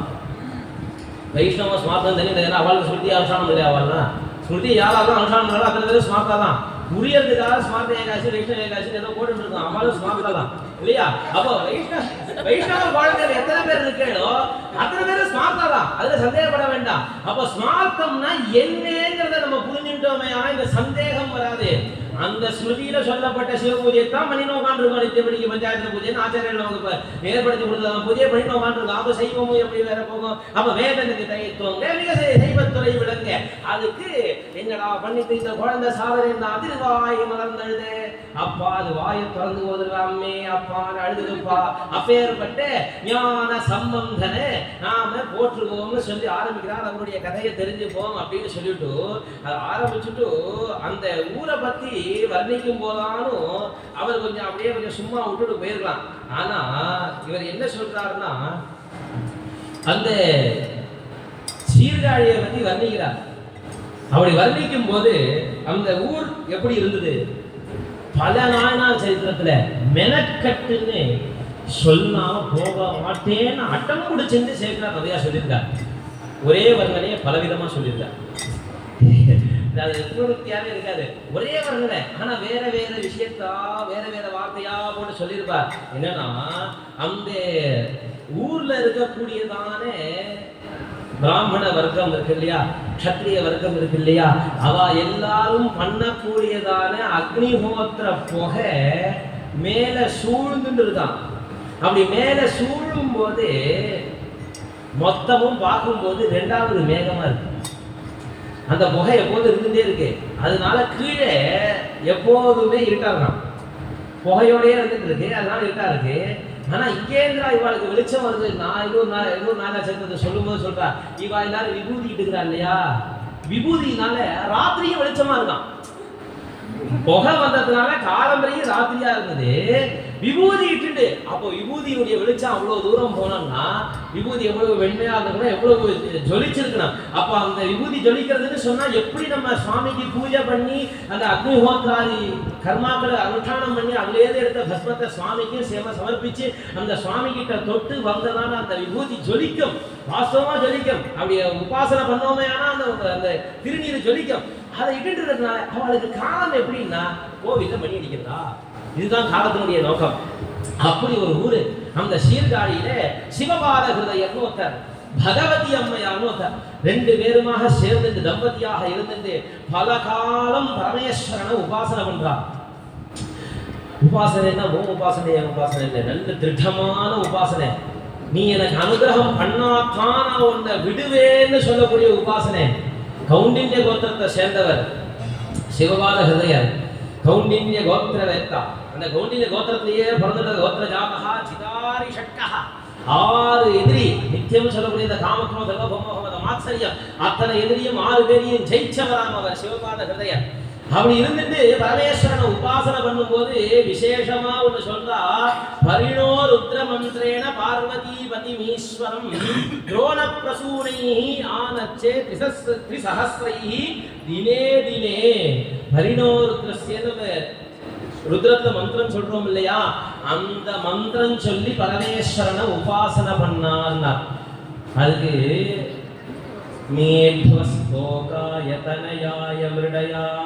முடியறது இல்லையா. தோகாயனா குழந்தையின் பொருட்டுன்னு அர்த்தம். எனக்கு குழந்தையின் பொருட்டு சுவாமி கிட்ட பிரார்த்தனை பண்ணும் போது எவ்வளவு ஒரு சாதுரியம் வேதமாக நம்ம சொல்லிக்கிறா பார்த்தீங்களா. என்னுடைய குழந்தைக்கு உன்னுடைய ஆயுதம் எந்த ஹிம்சையும் பண்ணாமல் இருக்கட்டும். எதுக்கு? குழந்தை பிறந்ததுக்கு பிரார்த்தனை பண்ற. அப்போ உன்னுடைய ஆயுதம் என்னுடைய குழந்தைக்கு எந்த ஹிம்சையும் பண்ணாம இருக்கட்டும்னு கேட்கும் போது எனக்கு குழந்தை இருக்கிறது சாத்தியமாயிடுது இல்லையா. அப்ப அந்த குழந்தைக்கு உன்னுடைய ஆயுதம் நீ பக்கத்துல இருக்கிறது சாத்தியமாயிடுது. அப்போ ஒரு ஆயுதம் ஹிம்சை பண்ணாம இருக்கட்டும் சாத்தியமாயிடுது. அப்போ சுவாமி கிட்ட போய் பிரார்த்தனை பண்ணிக்கும் போது எனக்கு இது இல்லைன்னு சொல்றதுக்காக போல சுவாமி கிட்ட பிரார்த்தனை பண்ணும்போது வேத மாதா மூலமா அதுதான் பிரார்த்தனை பண்ணுங்கிறது, எப்படி பிரார்த்தனை பண்ணுங்கிறத அழகா சொல்லி கொடுத்துருவா. அப்ப தோகாய தனையா எங்களுடைய அப்பா என்னுடைய குழந்தைக்காக, என்னுடைய குழந்தைக்கு ஓகே சூப்பர், என்னுடைய குழந்தைக்கு இந்த ஒரு விஷயத்தை நீ பண்ணுன்னு சொல்லி அந்த மந்திரத்தை ஜபம் பண்ணி அவர் ஸ்தோத்திரம் பண்ணி பாராயணம் பண்ணி அத்தனை விஷயங்கள் பண்றார். அந்த அம்மா பகவதி அம்மா கொஞ்ச நாளைக்கு மேல பொறுக்காம சுவாமி கிட்ட நமஸ்காரம் பண்ணி, அப்பா நீ எனக்கு குழந்தை கொடுக்கலையானா அதுக்கு ஒரு காரணம் சொல்றா. வேத வித்யா விஹீனோய பிராமண ஸ்திரீ யனாத்மஜா. எப்படி வேத வித்தை இல்லாத ஒரு பிராமணன் இந்த லோகத்துல பிரயோஜனப்பட மாட்டானோ, எப்படி அது பிரயோஜனப்படாம போயிடுமோ அந்த ஜென்மா, அந்த மாதிரி ஒரு ஸ்திரீக்கு ஆத்மஜன்னு சொல்லக்கூடிய குழந்தை இருந்தாகணுமே. வேத வித்தை எப்படி பிராமணனுக்கு பிரதானமோ அந்த மாதிரி ஸ்திரீக்கு குழந்தைங்கிறது பிரதானம். அப்ப வேத வித்தை எவ்வளவு பிரதானங்கிறத பார்த்துக்கணும். நம்ம அந்த வித்தை ரொம்ப முக்கியம். அதனால எனக்கு குழந்தை பிறந்தாகணும். எதுக்கு? இந்த சைவத்துறை வளரணுமே. அதுதான் அவர் சொல்றார். சிவபாதத்தை நினைக்கிறார், எனக்கு ஒரு புள்ள இருந்தானே ஆனா இந்த அர்த்த துர்மதங்கள் இந்த சமணத்தெல்லாம் அடிச்சு ஒழிச்சு இந்த சைவத்தை ஸ்தாபனம் பண்ணிட மாட்டேனா அவர் நினைக்கிறார். அதுக்கு ஒரு புள்ள வேணுமா? இப்ப இருக்கிற அப்பா அம்மா மாதிரியா அவர் நினைச்சிருக்கார். அவராலேயே முடிஞ்சா சாத்தியப்பட்டிருக்கோம், அவரே கலையில் இருக்கலாம் இல்லையா? ஆனா அதுதான் அப்பாங்கிறது. என்னால முடியாததையும் என் பையன் மூலமாக நான் நிறைவேற்றுவேன். நான் பார்க்காத தூரத்தையும் என் தோள் மேல உட்காத்தி வச்சுட்டு எனக்கு கண்ணுக்கு தெரியாத விஷயத்தையும் என் குழந்தைக்கு காட்டுவேங்கிறது தான் அப்பாவுடைய பாசம், குருவுடைய பாசம் இல்லையா? புத்திராதிச்சேத் பராபவம், சிஷ்யாதிச்சேத் பராபவம். சிஷ்யிட்ட தோத்துவோம்னு நினைப்பா குருநாசார எல்லாரும், அதே மாதிரி பிள்ளைகிட்ட தோத்துவோம்னு நினைப்பா அப்பா எல்லாரும். அது என்னோட பெருமையா இருக்கா, என்னுடைய பையன் சொன்னா அவருக்கு தான் பெருமை இல்லையா? அவை எட்டு முந்தி இருப்ப செயல் அது அப்பா தானே செய்கிறார் இல்லையா? அப்ப பிள்ளைக்கு கடமை இவன் தந்தை எண்ணோற்றான் கொள்ளும் சொல் திருவள்ளுவர் சொல்லி கொடுக்குறாரு நமக்கு. அப்ப ஒரு பிள்ளைய நம்ம பிள்ளையா இருக்கோம், கடமை என்ன? இந்த நம்மளை பார்த்துட்டு உங்க அப்பா என்னப்பா புண்ணியம் பண்ணாரு இவனை வைக்கிறதுக்கு நினைக்கணுமா? அப்போ அவையத்து முந்தி இருப்ப செயல். ஒரு சபைக்கு போறான்னு சொன்னா முன்னாடி உட்காந்து வைக்கக்கூடியதான ஒரு கடமையை அப்பா செய்யணுங்கிறார். அதனால இவர் என்ன சொல்றாரு, எனக்கு ஒரு பிள்ளை இருந்ததுன்னா இந்த சமணத்தெல்லாம் நான் அடிச்சிருப்பேனே, எனக்கு என்னால முடியலையே. ஏன்னா இவருக்கு சிவபூஜை பண்றது முக்கியம். இவரால் திருவாய் மறந்து அழ முடியாது. ஏன்னா இவருக்கு வயசாயிடும் இல்லையா? கல்யாணம் வந்து 3 வயசுல அம்மா அப்பா அவர் வந்தார். இவர் இப்ப கூப்பிடுறாரு, விழுந்து கூப்பிடுறாரு. சரி ஒரு ட்ரெஸ் வரலையே சுவாமி இல்லையா? அப்போ திருவாய் வளர்ந்ததுக்கு இன்னொரு 3 வயசு குழந்தை தேவைப்படுறது. அப்ப அந்த 3 வயசு குழந்தைய தான் இவர் தேர்றேன்னு சொல்லி அந்த அம்மா நமஸ்காரம் பண்ணி நீ குடுக்கலையாமா நான் பிராணத்தியாகம் பண்ணிப்பேன்னு சொல்லும் போது பரமேஸ்வரன் அந்த அம்மாவுடைய கனவுல வந்து சிவபக்த விலாசம் சொல்லக்கூடிய சரித்திரம். சிவபக்த விலாசத்துல இருக்கக்கூடியதான ஞானசம்பந்த சரித்திரத்துல உள்ளக்கூடிய விஷயம். அதிலே சுவாமி கனவுல அந்த அம்மாவுக்கு பாயசம் தரார். அங்கேயே ஆரம்பிச்சுட்டார் பாத்திரமும் பாலும் கொடுக்கறதுக்கு. நான் என்ன பண்ண போறேன் அங்கேயே காட்டிட்டாரு. அந்த கனவுல வந்து அந்த அம்மாவுக்கு பாயசம் கொடுக்குறார். அந்த அம்மா அதை சாப்பிட்டு அந்த நம்பிக்கை, அதை வெறும் கனவாக நினைக்கக்கூடிய பழக்கம் நம்மிடத்தே இருந்ததே கிடையாது. சுவாமியை பார்த்தோன்னே ஆனா அந்த கனவு சத்தியம், ஏதோ ஒன்ன சொல்ல வருது. கனவுகள்லாம் பலன் நமக்கு இல்லையா? பரதாழ்வான் ராமாயணத்தை ஒரு கனவை கண்டுட்டு தன்னுடைய மாமா வாக்குலேருந்து கிளம்பணும்னு நினைக்கிறான். எனக்கு இந்த மாதிரி கனவு வந்துட்டு நான் கண்டிப்பா அயோத்திக்கு போகணும், எங்க அப்பா அம்மாவை நான் பார்க்கணும், ராமன் நன்னா இருக்காங்கிறத நான் தெரிஞ்சுக்கணும்னு அவசரப்படுறாரு பரதர். அப்போ கனவுக்கு நமக்கு ரொம்ப சம்பந்தம் இருக்கு. சுவாமி வருவார், சுவாமியே நினைச்சு படுக்கணுங்கிறது அதுதான். சுவாமியை நினைச்சு படுத்தோம்னா சுவாமி வருவார். அதனால சுவாமியை நினைச்சுட்டே படுக்கணும் இல்லையா? மீதி எதையும் நினைக்கக்கூடாதுங்கிறது. அப்போ எதை நினைச்சு படுக்கிறோமோ அதுவே நினைக்கும். அப்போ சுவாமி வந்து பாயசம் கொடுத்தாரு. அந்த அம்மா சாப்பிட்டு அதுக்கப்புறம் அந்த 10வது மாசம் அந்த அம்மா ஒரு குழந்தைய பெற்றெடுக்கிறார். அச்ச வைஜனனே பிராப்தே. அந்த பிரசவிச்ச மாசம் வந்ததுமே அந்த அம்மா பெறுகிறாராம். ஆர்திரா நட்சத்திரம், ஆச்சாரியாருடைய நட்சத்திரமும் ஆர்திரா நட்சத்திரம். அதனால 2 பேரும் பிறந்து என்னையா பண்ணான்னா துர்மத கண்டனமும் சண்மத ரட்சணமும் பண்ணான். ஆச்சாரியால் ஒரு வேலையை எக்ஸ்ட்ரா பண்ணார், ஷண்மத ரட்சணமும் பண்ணார் இல்லையா? சண்மதமாக இருக்கக்கூடியதான ஷண்மதங்களை ஆச்சாரியால் பிரதிஷ்டை பண்ணார். அப்படி அத்தனை வேலையிலே நமக்கு பண்ணிட்டு இருக்கா. அப்போ ஆர்திரா நட்சத்திரத்துல ஒரு விஷயம் இருக்கு. என்னன்னா இந்த பரிணாம திரஸ்யா மந்திரத்துக்கு பாஷ்யம் சொல்லும் போது அதுக்கு பலன் சொல்றார், சிவனை காட்டிலும் சிறந்த புள்ள பிறப்பாங்கிறார். உதத பாஷையில் சொல்லும்போது சிவனை காட்டும் ஒரு நல்ல பிள்ளை பிறப்பான். ஏன்னா நம்ம கையே அப்படித்தானே சொல்றோம், அயம் நே பகவத்தரஹா இல்லையா, இது பகவான் சொல்றோம், அப்படியே பகவத்தரஹா சொல்றோம். இது ரொம்ப சுவாரஸ்யமா புரிஞ்சுட்டோமே. ஆனா சுவாமிக்கு பூஜை பண்ணும்போது நம்ம கை மேல இருக்கு அப்படின்னு நினைக்கலாம். ஆனா சுவாமிக்கு பூஜை பண்ணதுனால, ஏன்னா சிவாத் பரபரன் ஆசின்னு சொல்லும்போது துரோணமசிந்தார் இருக்கார். அது சிவங்கிற அளவு, துரோணம்ங்கிற அளவு, அதுக்காக சொல்லப்பட்ட விஷயம். ஆனா இப்படி பகவத்தரஹா மேல பூஜை பண்ணும்போது கை மேல போயிருக்கு. ஆனா பூஜை பண்ணி பண்ணி பண்ணி பண்ணி சிவனுக்கே கிடைக்காத ஒரு விஷயம் நம்ம கையில இருக்கு. ஏன்னா சிவ பூஜை பண்றோம். அந்த ஆசை போகத்தான் சுவாமி தெரியாத தனித்தார் பூஜையெல்லாம் வேண்டார். அப்பா நீங்க மட்டும் பகவத்தரஹாங்கிற என் கை மட்டும் நான் புனிதப்படுத்திக்க வேண்டாமா, அதுக்காக வந்து பூஜை பண்ணார். அப்படி சுவாமிக்கு காட்டிலும் ஒரு நல்ல புள்ள பிறக்கும்னார். அதனால தான் ஸ்கந்தனையும் ஞான சம்பந்தரையும் ஒத்து சொல்லக்கூடிய ஒரு சம்பிரதாயம். குமாரா வத்யாபின்னா இல்லையா, ஆச்சாரியா சொல்லும் போது, அப்பா உன்னுடைய பால குடிச்சதுனால இன்னி பரியந்தம் விரதவதன கவுஞ்ச தடனம், யானை முகத்தை கொண்டவனும் கவுஞ்சனை வகம் பண்ணவனுமாக இருக்கக்கூடியதான பிள்ளையாரும் முருகனும் இன்றளவும் குமாரர்களாகவே வயசாகாம இருக்கான்னு சொன்னா, அம்மா உன்னுடைய பால குடிச்சதனுடைய மகிமைன்னு சொல்றாங்க சொல்ற வேலையில. அந்த மாதிரி இந்த பாயசம் கொடுக்குற வேலையை இப்படியே ஆரம்பிச்சார். பாயசம் சாப்பிட்டாச்சு, பிறந்தாச்சு. அந்த குழந்தைக்கு ஞான சம்பந்தம்னு பேர் வைக்கிறார். சிவனுக்கு சம்பந்தம் இருக்கு, சுவாமி கிட்ட பிரார்த்தனை பண்ணிட்டு இருக்கோங்கிறது சிவபாதர்களே இருக்கு தெரிஞ்சதுனால ஞான சம்பந்தம்னு பேர் வச்சு அந்த குழந்தைய வளர்க்கிறார். வளர்க்கும் போது அந்த குழந்தை அழுததை பார்த்துட்டோம். அந்த குழந்தை கையை இப்படி நல்லா சுருக்கிட்டுதான். பிறந்த குழந்தை கையை சுருக்கிக்கும் இல்லையா, அப்படி சுருக்கிறது ஏண்டா சுருக்கிதுன்னா, யாரெல்லாம் துர்மதத்தை சொல்லிட்டு இருக்காளோ அவன் மண்டையில குட்டணும்னு நினைச்சுன்னு சுருக்கிட்டாராம். அதுக்காக சுருக்கிட்டாம இருக்குதான். ஏன் அந்த குழந்தை குவா குவான்னு கத்தும். எங்கே இந்த கர்ப்பத்துக்குள்ள அந்த ஒரு விஷய சுகங்கள்லாம் அனுபவிச்சு, அதாவது பூர்வ ஜென்ம வாசனையெல்லாம் அந்த குழந்தைக்கு தெரியும். கடைசியில பிறக்கிற சமயத்துல அப்ப இத்தனை ஜென்மமா நான் இருந்தேன், இத்தனை பாபம் பண்ணேன், இத்தனை புண்ணியம் பண்ணேன், அந்த புண்ணியத்தினுடைய பலனாகவும் பாபத்தினுடைய பலனாகவும் நான் இப்போ வந்து இந்த மாதிரி ஒரு அம்மா வயத்துல பிறக்கிறேன்னு அந்த குழந்தைக்கு தெரியும். ஆனா பிறந்தோடனே எல்லாம் மறந்து போயிடும். அந்த சுகம் எங்க போச்சு, அந்த ஞானம் எங்க போச்சுன்னு கேட்டு இந்த குழந்தை குவா குவான்னு அழுமா. ஆனா குவேனா எங்க அர்த்தம் இல்லையா, அப்ப குவா குவான்னு அழுமா. அதான் குவா குவா சத்தம்னா அது அந்த குவா குவா அழும். ஆனா ஞான சம்பந்தம் இருக்கு, ஞான சம்பந்தம் இருக்கே, அவருக்கு ஞானம் விட்டு போகலையே, ஞான சம்பந்தம் இருக்கே, அவர் ஏன்டா அழுதாருன்னா, எங்கயா அந்த துர்மதத்தை உபதேசம் பண்றவங்க எங்க இருக்கான்னு சொல்லி அப்படின்னு கேட்டாரா. எங்க இருக்கான்னு சொல்லி, நான் தோ வந்துட்டேன் அப்படின்னு அந்த குவா கேட்டுட்டே கையை மடக்கினாராம். தோ வந்துட்டேன் பாருது, எங்கடா வாங்கோடான்னு படைக்கு கிளம்புவா இல்லையா, போருக்கு கிளம்புவா இல்லையா, அந்த மாதிரி கிளம்பினாராம் ஞான சம்பந்தர் பிறக்கும் போது. அப்போ அப்படி கிளம்பினோடனே குப்பை திண்டாராம் ஞான சம்பந்தர். அப்போ ரெண்டு கையினாலையும் தன்னுடைய ரெண்டு முட்டியினாலையும் பூமியில காலை பதிக்கும் போது 4 வேதங்களும் நன்னா காலை ஊனிண்டுதுன்னார். அவர் தமிழ ஸ்தாபிச்சவர். ஆனா சொல்லும் போது என்ன சொன்னார், வேதம் நின்னுது.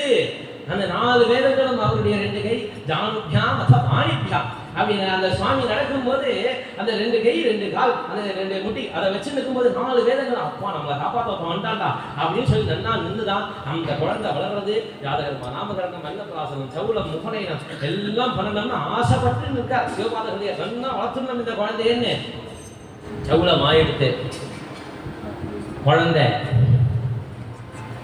காலத்துல எழுந்துட்டார் ஸ்நானத்துக்கு. அவர் பகவதியார எப்போதும் அந்த அம்மா முதல்ல எழுந்துட்டுருவா. இன்னைக்கு இவர் முதல்ல எழுந்துட்டார். அந்த அம்மாவுக்கு ஏதோ அசதி பாவம், குழந்தைய வளர்க்குறது எவ்வளோ சிரமம் ஆச்சாரிய சொல்றாரு இல்லையா, எவ்வளோ சிரமப்பட்டேன் நான் பிறந்ததுக்கு அப்புறம் சும்மா விட்டேனா, அவ்வளோ தூரம் உன்னை சிரமப்படுத்தினேன், கர்ப்பத்திலையும் சிரமப்படுத்தினேன், அத்தனை சிரமப்பட்டு நான் பெற்றேன், என்னால் உனக்கு எதுவும் பண்ண முடியலன்னு சொன்னார் இல்லையா ஆச்சாரியால். அப்போ அந்த சிரமத்தினால கொஞ்சம் அசதி இருக்கும் குழந்தை பெற்றவாளுக்கு. அந்த 3 வயசா இருக்கும்போது எவ்வளோ விஷமம் பண்ணியிருப்பார். இவர் என்னடா விஷமம் பண்ணார்னா சேர்ந்தார் மெனக்கட்டுன்னு சொல்லிட்டார். வீதியில விளையாடும் போது அக்னிஹோத்திரம் பண்ணார் அவர். எங்க அக்னி வச்சாங்கன்னா புகை வரும், புகை வர மாட்டேங்கிறது என்ன, மண்ணில புழுதியை கலப்பி இதுதான் புகைன்னா. அந்த ஊர்ல இருக்கக்கூடிய சீர்காழியில இருக்கக்கூடிய குழந்தைகள் எல்லாருடைய விளையாட்டு எப்படி இருந்ததுன்னா, அவ பெரியவா பண்ணக்கூடியதான அக்னிஹோத்திராதி கர்மாக்களை பார்த்துட்டு வந்து இந்த குழந்தை வந்து இங்க உட்காந்து ஓசாவையான நடுரோட்ட கட்டிட்டு இருக்குமா. நான் பார்த்துருக்கேன் நெருவில், நான் பாடசாலை குழந்தைகள் இந்த விளையாட்டை விளையாடுறதை நான் பார்த்துருக்கேன். அதனால இந்த மாதிரி ஒரு ஒரு மகான்கிட்ட வளரலாம். அந்த மாதிரி அந்த குழந்தை அப்படி அந்த வீதியில் விளையாடும்போது அதனால அந்த விளையாட்டு அளவு கிடக்காம போகுது. இன்னைக்கு இந்த இஷ்டி பண்றேன், நாளைக்கு அந்த இஷ்டி பண்றேன். ஏடா நீ குழந்தைடா, உனக்கு காலம் வரும், வெயிட் பண்ணி எங்க அப்பா பூஜை பண்ணுவாங்க சிவ பூஜை. இது போய் பழம் உட்காந்துருக்கான். ஏன்னா எனக்கு சிவலிங்கத்தை கொடுக்குமா, நீ மட்டும் பூஜை பண்ற, எனக்கு வேண்டாமா? எனக்கு ஒரு நீங்க ஒரு சித்தம்னா அவருக்கு பிடிச்ச சுவாமியை எடுத்து வச்சு பூஜை பண்ணுவாராம். ஏன்னா இவளுக்கு நித்தியம் பூஜைன்னு சுவாமி வச்சிருந்திருப்பா. அப்ப இவருக்கு குழந்தைக்கு என்ன பூஜையை கொடுத்துருப்பான்னா சித்தம் அன்னைக்கு என்ன சாமி பிடிச்சதோ அந்த சாமியை பிடிச்சி பூஜை பண்ணுவாராம். அப்படி இந்த குழந்தையோட விஷமத்தெல்லாம் பார்த்துட்டே இருக்கிறதுனால அல்பா எடுத்து அன்னைக்கு கொஞ்சம் தூங்கி போயிட்டா சிவபாத கதையா அப்படியே மௌனமா எழுந்து போயிடணும்னு பாக்குறார் குளிக்கிறதுக்கு. அவர் போயிட்டு கை காலெல்லாம் அலம்பிட்டு திருப்பி ஜலபாத்திரங்கள்லாம் எடுத்துக்கிறதுக்காக உள்ள நுழைஞ்சதுமே இந்த குழந்தை எழுந்துன்னு அப்பாவான்னு வந்துட்டான். சிவபிரகாசத்தை இன்னும் கொஞ்சம் ஒரு படி மேலேயே வந்துருப்பார். ஆனா திருட்டு பயிலேயே எழுந்துட்டியா அப்படின்னா அந்த குழந்தைகிட்ட எப்படி பேசுவாமோ அதே மாதிரி பேசுவோம். அவசியம் படிக்கணும், சேர்க்கிறாரும் படிக்கணும். உபமன்யு மகரிஷி எழுதுறதா சிவபக்த விலாசம் அவசியம் படிக்கணும் நம்ம எல்லாரும். அப்படி அகஸ்திய பகவான் சொல்றதாக சரித்திரம் போகுது சிவபக்த விலாசம். அப்படி அந்த குழந்தைய திருட்டு பயிலே எழுந்துட்டியா நீ பகவத் யாரும் எழுப்புறா, சித்த பார்த்துக்கோ ஏண்டி கேட்கல அந்த மாதிரி, சரி போ கூட வா அப்படின்னு இவர் அழிச்சுட்டா. கோவிலுக்குள்ள சீர்காழி பிரம்மபுரம்னு பேரு, பிரம்மபுரீஸ்வரன் சுவாமி அங்க பூஜை பண்ணார். பிரம்மா வந்து பூஜை பண்ண க்ஷேத்திரம் சிவசுந்தரின்னு அம்பா திருநிலை நாயகி அப்படின்னு. அங்க போய் சன்னிதியில குளத்தங்கரையில அந்த குழந்தைய மேல உட்காந்து வச்சுட்டு நான் கீழே இறங்கி ஸ்நானத்தை பண்ணிட்டு சங்கல்பம் சூக்தவசனம் ஆக்குடம் ஜாகபஷனம் தர்ப்பணம் தேவதாதியை நான் ஸ்நானம் பஞ்சாங்கம் வச்சதேன்னு சொல்லி அந்த 5 அங்கத்தோட சேர்ந்து சங்கல்பம் பண்றார். அகமர்ஷண சூக்த ஜபம் பண்றார், வருண சூக்தாதி ஜபங்கள்லாம் பண்றார். மார்ஜனம் விதிக்கிறாதி மந்திரங்கள்லாம் சொல்லி மார்ஜனம் பண்ணிக்கிறார். அகமர்ஷண சூக்தம் சொல்றார். இத்தனையும் அடியில் நிற்கிறது பண்றார். அப்படி முழுகிறார். அவகாச ஸ்நானம் அவசியம். அப்பதான் எந்த இடமும் பாக்கி இல்லாம ஒரே நேரத்துல முழுசா நினையும். நம்மளே யோசிச்சு பார்ப்போமே, அப்பா இது மடி, நான் ஒரு மடி வஸ்திரம் வச்சிருக்கேன், நான் அந்த மடி வஸ்திரத்தை நினைக்கிறேன், நான் விழுப்பேன், நான் ஒரு பக்கம் வஸ்திரத்தை பிடிச்சிட்டு பாதி வஸ்திரத்தை நினைக்கிறேன், அந்த வஸ்திரம் மடியா விழுப்பான் இல்லையா? பாதி வஸ்திரம் என் கையில இருக்கு, நினையவே இல்லை, மீதி வஸ்திரம் நினைஞ்சிருக்கேன், அப்ப அந்த மடியா விழுப்பா. அதே மாதிரி சரீரமும் முழுசா ஒரே நேரத்தில் நினையும் போது சுத்தியாருது. அப்போ அவகாசனால முக்கியம். அப்படி அவகாசம் பண்ணும்போது அப்பாவை காணுமேனு இந்த குழந்தை என்ன பண்ணிட்டுன்னா அம்மே அப்பா அப்படின்னு அழகுது. அந்த குழந்தை அப்பாவை காணல, அவர் வார்த்தை அவகாசம் பண்ணிட்டு இருக்கார். இவர் அந்த குழந்தைக்கு காலமே இல்லை, காலஸ்நானம் பண்ணக்கூடிய காலம் இல்லையா அதெல்லாம். அதனால காலமே சூரிய உதயம் பூர்வம் ஸ்நானம் பண்ணிடுவா. அதனால அப்படி போய் கண்ணுக்கு தெரியல அந்த குழந்தைக்கு. திடீர்னு காணணும்னே அழகு. இந்த குழந்தை அழுது பசி வந்து வயிறு குழைய ஆரம்பிச்சிருந்த காலங்காத்தால குழந்தைக்கு எப்படி அழுதா பசிக்காதா? நமக்கே பசிக்கிறது. எழுந்தோடனே நானும் அப்படி இவ்வளோ போனால் தேவலாம் போல் இருக்கு. அதுக்கு ஒரு பேர் வேற வச்சிருக்கோம், படுக்கையிலேயே குடிக்கிறதுக்கு ஒரு பேர் வேற வச்சிருந்தோம் இல்லையா? அப்போ அதெல்லாம் நமக்கே தேவைப்படுறதுக்கு போது ஒரு சின்ன குழந்தை அதுக்கு பசி வந்துருத்தோம். அப்போ என்ன ஆச்சா சுத்தமுதும் பார்த்து அழுகுது. எங்கேயானு இருக்காளா அப்பா, எங்கேயானு இருக்காளா அப்பான்னு பார்த்து அழுகும்போது ஒரு கன நேரம் அந்த கோபுரத்தை பார்த்து அழுகுட்டான், அம்மே அப்பான்னு. அந்த கோபுரத்துல பாரதி பரமேஸ்வரா ரிஷபாரூடனா உட்காந்துருக்கார். அந்த சுவாமி உடனே சொன்னா, அந்த குழந்தை பசியோட கூப்பிடுறது, போய் உன்னுடைய திருமுலை பால் குழு தருக, உன்னுடைய அந்த ஞானப்பாலை கொடுத்த தங்க கிண்ணத்துல குழுன்னார் சுவாமி. அதனால அங்கேருந்து சிறகு மேலே கீழே அம்பாள் இருக்கா சிவசுந்தரின்னு. ஆனா மேலே ஓடி விட்டாலாம், ஏன்னா மேலே பார்த்து தான் அழுதான். ரெண்டாவது இந்த அம்பாள் நடையெல்லாம் சாத்தியிருக்கு, அங்க மேல ஜன்னல் உண்டு. அதனால இந்த அம்பாள் வெளில இறங்கி கதவை திறந்து வரதுக்கு லேட்டாடுமா. அதனால திடீர்னு அந்த சந்து மொழியா கீழே குதிச்சுட்டா. மேல இருக்கிற அம்பாள் வருஷத்துக்கு ஒரு நாள் தான் அந்த அம்பாள் கீழே வருவா. சுவாமி அம்பாள் 2 உற்சவமூர்த்தி உண்டு. கீழே மீதி உற்சவம் எல்லாம் கீழே இருக்கக்கூடிய சோமாஸ்கந்தர். அன்னைக்கு ஒரு நாள் மட்டும் திருமுலை பால் உற்சவம் நடக்கிற அன்னைக்கு மட்டும் மேலே சோமாஸ்கந்தரும் தனியா பால் கீழே இறங்கி வந்து பால் கொடுத்துட்டு போவா. அப்படி அந்த தங்க கிண்ணத்துல தன்னுடைய தாய் ஸ்தானமாக இருக்கக்கூடியதான 2 விஷயத்திலேயும் அம்பாள் பாலை ஃபுல்லா எடுத்து அந்த குழந்தைக்கு கொடுத்தாலாம், மீதி வச்சுட்டு கொடுத்தான்னா. தமிழ் ரசிக்கும் போது பிள்ளையாருக்கும் முருகனுக்கும் கொடுத்ததை மீதி வச்சுட்டு ஞான சம்பந்தனுக்கு கொடுத்தா அப்படின்னா. அந்த தங்க கிண்ணத்துல பாலை கொடுத்துட்டு கிண்ணத்தை கையில கொடுத்துட்டு போயிட்டாங்க. சும்மா போயிருக்க வேண்டியதானே வந்தவன். ஒரு அம்மா குழந்தைக்கு சாப்பாடு ஊட்டி விடுறாங்கன்னா சாப்பாடு ஊட்டி விட்டு அதே வாயெல்லாம் தொடச்சி விட்டுட்டு போனமா இல்லையா? ஆனா பண்ணல. தங்க கிண்ணத்தையும் கையில கொடுத்துட்டு அந்த பால் ஒழுகினதையும் தொடச்சி விடாம அங்கேயிருந்து அம்மா கிளம்பி போயிட்டா. சிவபாதர் அங்கேயிருந்து கிளம்பி வரா. ஸ்நானத்தை முடிச்சுட்டு வந்து பார்த்தா தங்க கிண்ணம். யாரா அதுன்னு அவருக்கு யார் பால் கொடுத்தாங்கன்ற காட்டிலும் இந்த கவலை ஜாஸ்தி இல்லையா? அடுத்தவா பொருளை எடுக்கக்கூடிய பழக்கம் சின்ன வயசுல இருந்தே இருக்கக்கூடாது. அதுவும் கோவில் இருக்கும் போது எந்த பொருள்கள் தெரிஞ்சே ஆகணும். கோவில் சொத்தை எடுக்கவே கூடாது. இல்லையா? அப்ப அது தெரிஞ்சே ஆகணும். அப்ப யாரா பால் கொடுத்தா, யாரோட இதுதான், அதுவும் இந்த பாத்திரத்தை வச்சு குடிச்சிருக்கு, வழிச்சனை பார்த்தா எச்சமணி குடிச்சிருக்கு தெரிஞ்சிருக்கு இல்லையா? வாயில வச்சுட்டு இருக்கு, அப்ப பாதி குடிச்சு பாதி வந்தானா கீழே வழிஞ்சிருக்கு. அப்ப எச்சமணி வேற குடிச்சிருக்கு, தங்க பாத்திரம் எழுதி வேற தெரியல, யாரு கொடுத்தான்னு வேற தெரியல. கேட்கும் போது இந்த குழந்தைக்கு பேச தெரியல. எவ்வளவு சிரமம். அந்த குழந்தை என்னடா, யாரோ ஒரு அம்மா வந்தது, அது பால் கொடுத்தது, அப்பா பக்கத்துல இருந்து குடுன்னு சொன்னார், கொடுத்துட்டு போயிட்டா என்ன. அப்போ சுவாமி அந்த ஞானத்து பால் உள்ள போனதுனால அவருக்கு ஞானம் சித்திச்சது. அப்போ தோடுடைய செவியன் விடையேறி ஓதுவெண் மதிசூடி காலுடைய சுடலை பொடி பூசியன் உள்ளம் கவர்கள்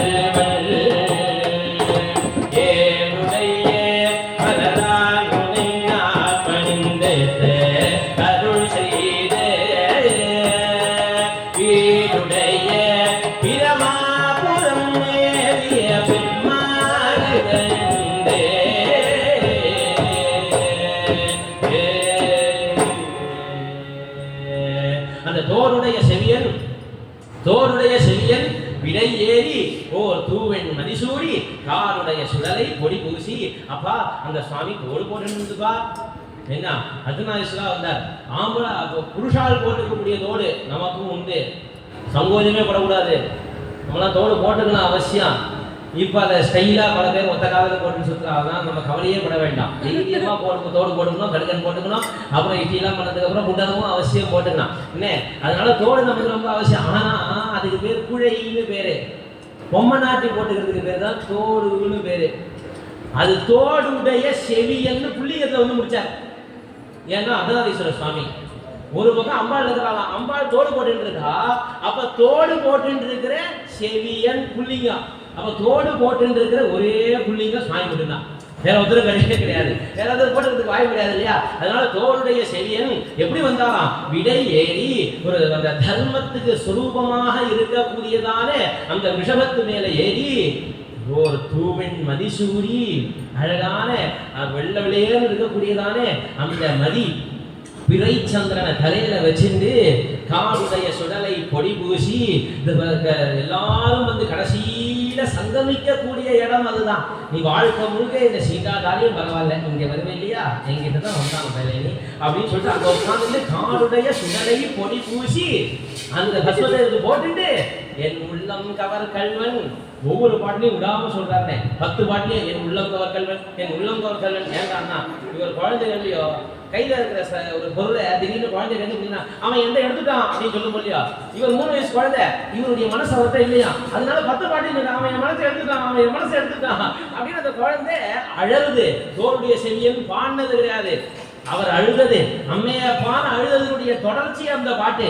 அதனால என் உள்ளம் கவர் கல்வன் அந்த ஏழுடைய மனதானனை நான் பணிந்தேற்று அருள் செய்த அந்த தாமரை மேல உட்கார்ந்துக்கூடியதான பிரம்மா பூஜை பண்ணி அருள் செய்த வீடுடைய பிரமாபுரமேறிய பெம்மானிவனே அந்த பெருமையெல்லாம் வாழ்ந்ததான இந்த பிரம்மபுரம்னு சொல்லக்கூடியதான இந்த சீர்காழியில் இருக்கக்கூடிய சுவாமி இவன் அல்லவோ, அவன் அல்லவோ இல்ல பக்கத்துல இருக்கான் சுவாமி. இவன் அல்ல, இவன் என்றே இவன் என்றே இவன் என்றே இவன் என்றே சிவபாதத்துக்கு கண்ணு தெரியல. யாரா சொல்ற இவன் என்று யார சொல்ற தெரியல. கவலைப்படுறார். ஊர் முன்ன சொல்றது என்னவோ ஒரு குழந்தை ஏதோ தெரியுமா பேசுறது ஏதோ வித்தியாசமா வருது. ஆஹா அற்புதமா இருக்கு. இது வரைக்கும் கேட்காத ஒரு இன்ப தமிழ் நம்ம கேட்கிறோமே, அந்த காது கொடுத்து கேட்கும்போது என்ன ஒரு சந்தோஷமா இருக்கு. மந்திரம் மாதிரி இருக்கு. திருப்பி சொல்லு திருப்பி சொல்லு திருப்பி சொல்லு. திருப்பி வரல. அவ்வளவுதான். ஒரு தடவை வந்தாச்சுன்னா அதெல்லாம் என்ன சந்தசிப்பு வந்தா சரியா இருக்குமா, கதாவை போடலாமா, சட்டத்துக்குரிய பாத பூரணே இல்லாத ஒரு சூத்திரம் அபிமாஷம் மஷம் புரியாது அப்படி ஒண்ணு இல்லவே இல்லை. அந்த மாதிரி ஒண்ணு இல்லாம அப்படி இல்லாம உட்காந்து யோசிச்சு எழுதினதா அது இல்லையே. அது தானா வந்தது. அப்போ திரும்பி எப்படி வராது. அது ஒரு தடவை வந்ததுதான். அது அப்படியே ரசிச்சிடணும். அந்த மாதிரிதான் நம்முடைய ஒவ்வொரு க்ஷணமும். நகி நகி ரக்ஷதி துக்கின் கரணே. ஒரு க்ஷணத்தை கூட வேஸ்ட் பண்ணக்கூடாது. இந்த க்ஷணம் போச்சுன்னா திருப்பி வராது. நம்ம இப்பயே ஹரஹரா சொல்லிடணும், இப்பயே சிவசிவா சொல்லிடணும். இந்த க்ஷணம் தான் நம்மளுடைய க்ஷணம், நம்மளுடையது. யாரும் திரும்பி போக முடியாது, நம்ம தான் வச்சுக்க போறோம். அப்ப இப்பயே சொல்லிடணும். அப்ப என்ன திருப்பி சொன்ன ஒண்ணும் புரியல. அப்ப சுவாமி என்ன பண்ணார், இவரை இந்த குழந்தைய வேற அடிக்காம இருக்கணுமே சொல்லிட்டு தேவ துந்துபி வாத்தியங்கள் எல்லாம் முழங்கக்கூடிய சத்தத்தை இவாளுக்கு காது விழும்படி பண்ணார். மேலே இருந்து புஷ்பம் மாறி பொழிஞ்சுது, புஷ்பம் மட்டும் கண்ணுக்கு தெரியறது, ஆனா யார் போடுறான்னு தெரியல. அதை பார்த்ததுக்கு அப்புறம் அந்த சுவாமின்னு தெரிஞ்சுக்கிறார்.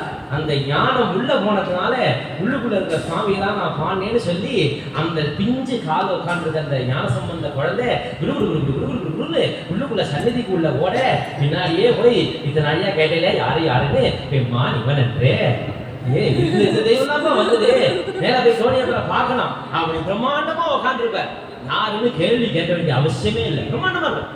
அப்படி ஒரு தோரணை உட்காந்துருக்கிற தோரணை அவசியம் போய் பார்த்துக்கணும். ஸ்ரீ வைஷ்ணவாலும் சரி, ஸ்மார்த்தாலும் சரி, யாரா இருந்தாலும் திவ்யதேசங்கள் அத்தனையும் போனோம், பாடப்பட்ட ஸ்தலங்கள் அத்தனையும் போனோம், அத்தனை இடத்துலையும் போய் பிரபந்தம் பாடணும், அத்தனை இடத்துலையும் போய் தேவாரம் பாடணும். அதை நம்ம சங்கல்பமாவே வச்சுக்கணும். எல்லா இடத்துலையும் போய் பாடி அந்தந்த நாயனார் பாடுறதை நம்ம பாடிட்டு வந்தோம்னா சங்கல்பமா வச்சுக்கணும். அத்தனையும் போய் தரிசிச்சுட்டு அனுபவிச்சுட்டு வந்தோம், அதுதான் வாழ்க்கை. அப்போ அந்த சுவாமி போய் காட்டும் போது மேல அப்படியே அப்படி சோனியவரை பார்த்துட்டு இவன் என்றே இவன் தானா வந்தா அப்படின்னு சொல்லி அனுபவிச்சு அப்படி அந்த அழுத குழந்தை சிருஷ்டி ஸ்திதி சம்ஹார திரோபாவானுகிரக பஞ்சகிருத்திய பராயணன்னு சுவாமிக்கு சொல்லக்கூடியதான 5 விஷயத்தையும் இவர் வாழ்க்கையிலேயே பண்ணி கொடுக்கிறார். பிறக்க வைக்கிறார், காப்பாற்றுறார், மறுபடியும் திரோபாவம் மறைக்க வைக்கிறார், அனுகிரகம் பண்றார். அப்படி பலவிதமான லீலைகள் பண்ணி அந்த அனுகிரகத்தையும் சேர்த்து பண்ணதான அந்த ஞான சம்பந்தர் நம்ம தெரிஞ்சிக்க வேண்டியவருங்கிறத முதல்ல தெரிஞ்சுக்கணும். நமக்கு கடமை இருக்கு, நம்ம குழந்தைகளுக்கு விஷயம் போகணும் அப்படின்னு அதுக்கு அந்த ஆசைக்காக தான் போறது. அப்ப தமிழுக்கு நமக்கு சம்பந்தம் உண்டுங்கிறதுக்கு தான் ஞான சம்பந்த சரித்திரம். ஞான சம்பந்தர் சரித்திரம் நமக்கு வியாஜம். தேவாரம் வாசிக்கணும், தமிழ் சொல்லணும், தமிழ் படிக்கணும் அப்படிங்கிறது தான் நோக்கம். அதனால அந்த விஷயத்தை பிரதானமா நம்ம மறந்துடவே கூடாது. அந்த பகவான் யாருக்காகவோ இல்லை, நமக்காக இருக்கக்கூடியவர். அவர் நமக்குன்னே காத்துக்கூடிய எப்ப வருவான், ஒரு தடவை வந்துருவானா. பிரகராஹரே திவாதி பணிதவராக்கை பாலிதோ பவதா சிவா பாஹீதி வதோகம் சுதோனகித்வான் கதன்ன பால்யஸ்தேன்னு ஐயாவாள் கேட்டா மாதிரி. அப்ப எவனோ ஒருத்தன் பிரகராஹரே திவாதி, பிரகராஹரான்னா எவனோ வேடுவன் அவன் பையனுக்கு தொழில் சொல்லி கொடுத்தான். பிரகர ஆஹர முதல்ல எழுதுறது ஹரஹரான்னு சொல்லிட்டான் அந்த சுவாமி. ஏன்பா அவன் நான் எடுத்துக்கிறேன், இங்கே அதே தானே அம்மையா அப்பான்னு தான் கூப்பிட்டுது. அந்த குழந்தை சுவாமி தான் அம்பாவை கூப்பிட்டு சொன்னார், அவன் அம்மையா அப்பா நம்மளை பார்த்து தான் கூப்பிட்றான். எவனையோ அது அம்மையா அப்பா கூப்பிட்டுது, நம்மளை பார்த்து கூப்பிடுறது என்ன? அவன் நான் சொல்றேன் ஐயா சொன்னார், சிவா பாகி தீவரோகம், சிவா பாகின்னு வாங்கி மட்டும் சொல்றேன், கேட்க மாட்டியா, இல்லை காப்பாற்ற மாட்டியா, காப்பாத்துவார். அதுக்கு பேரு மனக்கவலையை ஒற்ற ஸ்தோத்திரம் இல்லை, ஆர்த்தி ஹர ஸ்தோத்திரம்னு பேரு. மனக்கவலையை போகக்கூடிய ஸ்தோத்திரம். அதனால பரமேஸ்வர நாமத்தை நம்ம சொன்னோமே ஆனா அவசியம் அவர் காப்பாற்றுவார். அதுக்கு ஆதாரம் நம்மளுடைய ஞான சம்பந்தர். அதனால இந்த தோளுடைய செவியன்னு ஆரம்பிச்சிருக்கக்கூடியதான சரியங்கள் அத்தனையும் நீங்க தெரிஞ்சுக்கணும். பாடசாலையிலேயே அதை கத்துக்கிறதுக்கு அவசியம் முயற்சி பண்ணணும். வெளில வந்துட்டோமே ஆனா ஒன்றும் விஷயம் இல்லை, வேதம் கைக்கு வந்துட்டதானா என்ன வேணா நம்மளால சாத்தியம். யாராலும் நமக்கு செல்லு நோட்டை சொல்லி கொடுத்தாலா, லேப்டாப் ஓப்பன் பண்ண சொல்லி கொடுத்தாலா, நம்மளாம் பார்த்தாலும் கற்றுக்கிறோம். அதே மாதிரி தான் தமிழ் புஸ்தகத்தை எடுத்து வச்சு படிப்போம், ஒன்றும் தப்பே கிடையாது. தப்பா படித்தாலும் சுவாமி ஏற்றுவார், ஒன்றும் கிடையவே கிடையாது. கொஞ்ச நாள் படிச்சுட்டே இருந்தோம், ஏன்னா படிக்க புரிஞ்சிடும். இதைத்தான் சொல்ல வரா, இது நம்ம வேதத்தை சொல்லியிருக்கேன், அதையே இவாளும் சொல்லியிருக்காளே, அத்தனை விஷயம் இருக்கு. அக்னிஹோத்ராதிகள் சொல்லியிருக்கா, விஷ்டி சொல்லியிருக்கா, சோமயாகம் சொல்லியிருக்கா, சோமாசிமார நாயனார்னு ஒருத்தர் இருக்கார், சோமயாஜி நாயனார், சோமாசிமார நாயனார் ஒருத்தர் இருக்கார். அவ யாரும் நம்மளை போல தருவானே அந்த கூடத்தை அப்ப நம்மளும் அதை சேர முடியாது இல்லையா? அப்போ நரியை பரியாக்கியவன், ஆண்டியை அரசனாக்கியவன், அரசனை ஆண்டியாக்கினவன், நம்மையும் மனிதர்களையும் தேவர்களாக மாற்றக்கூடியவன் சுவாமி. அதனால அந்த சுவாமியை உபாசனை பண்ணோமையானா ஒரு காலம் கெட்டு போக மாட்டோம், சௌக்கியமாகவே இருப்போம். அவசியம் எல்லாரும் நாம சொல்லுங்க. கம்பாதீர விஹாரின் தானுகன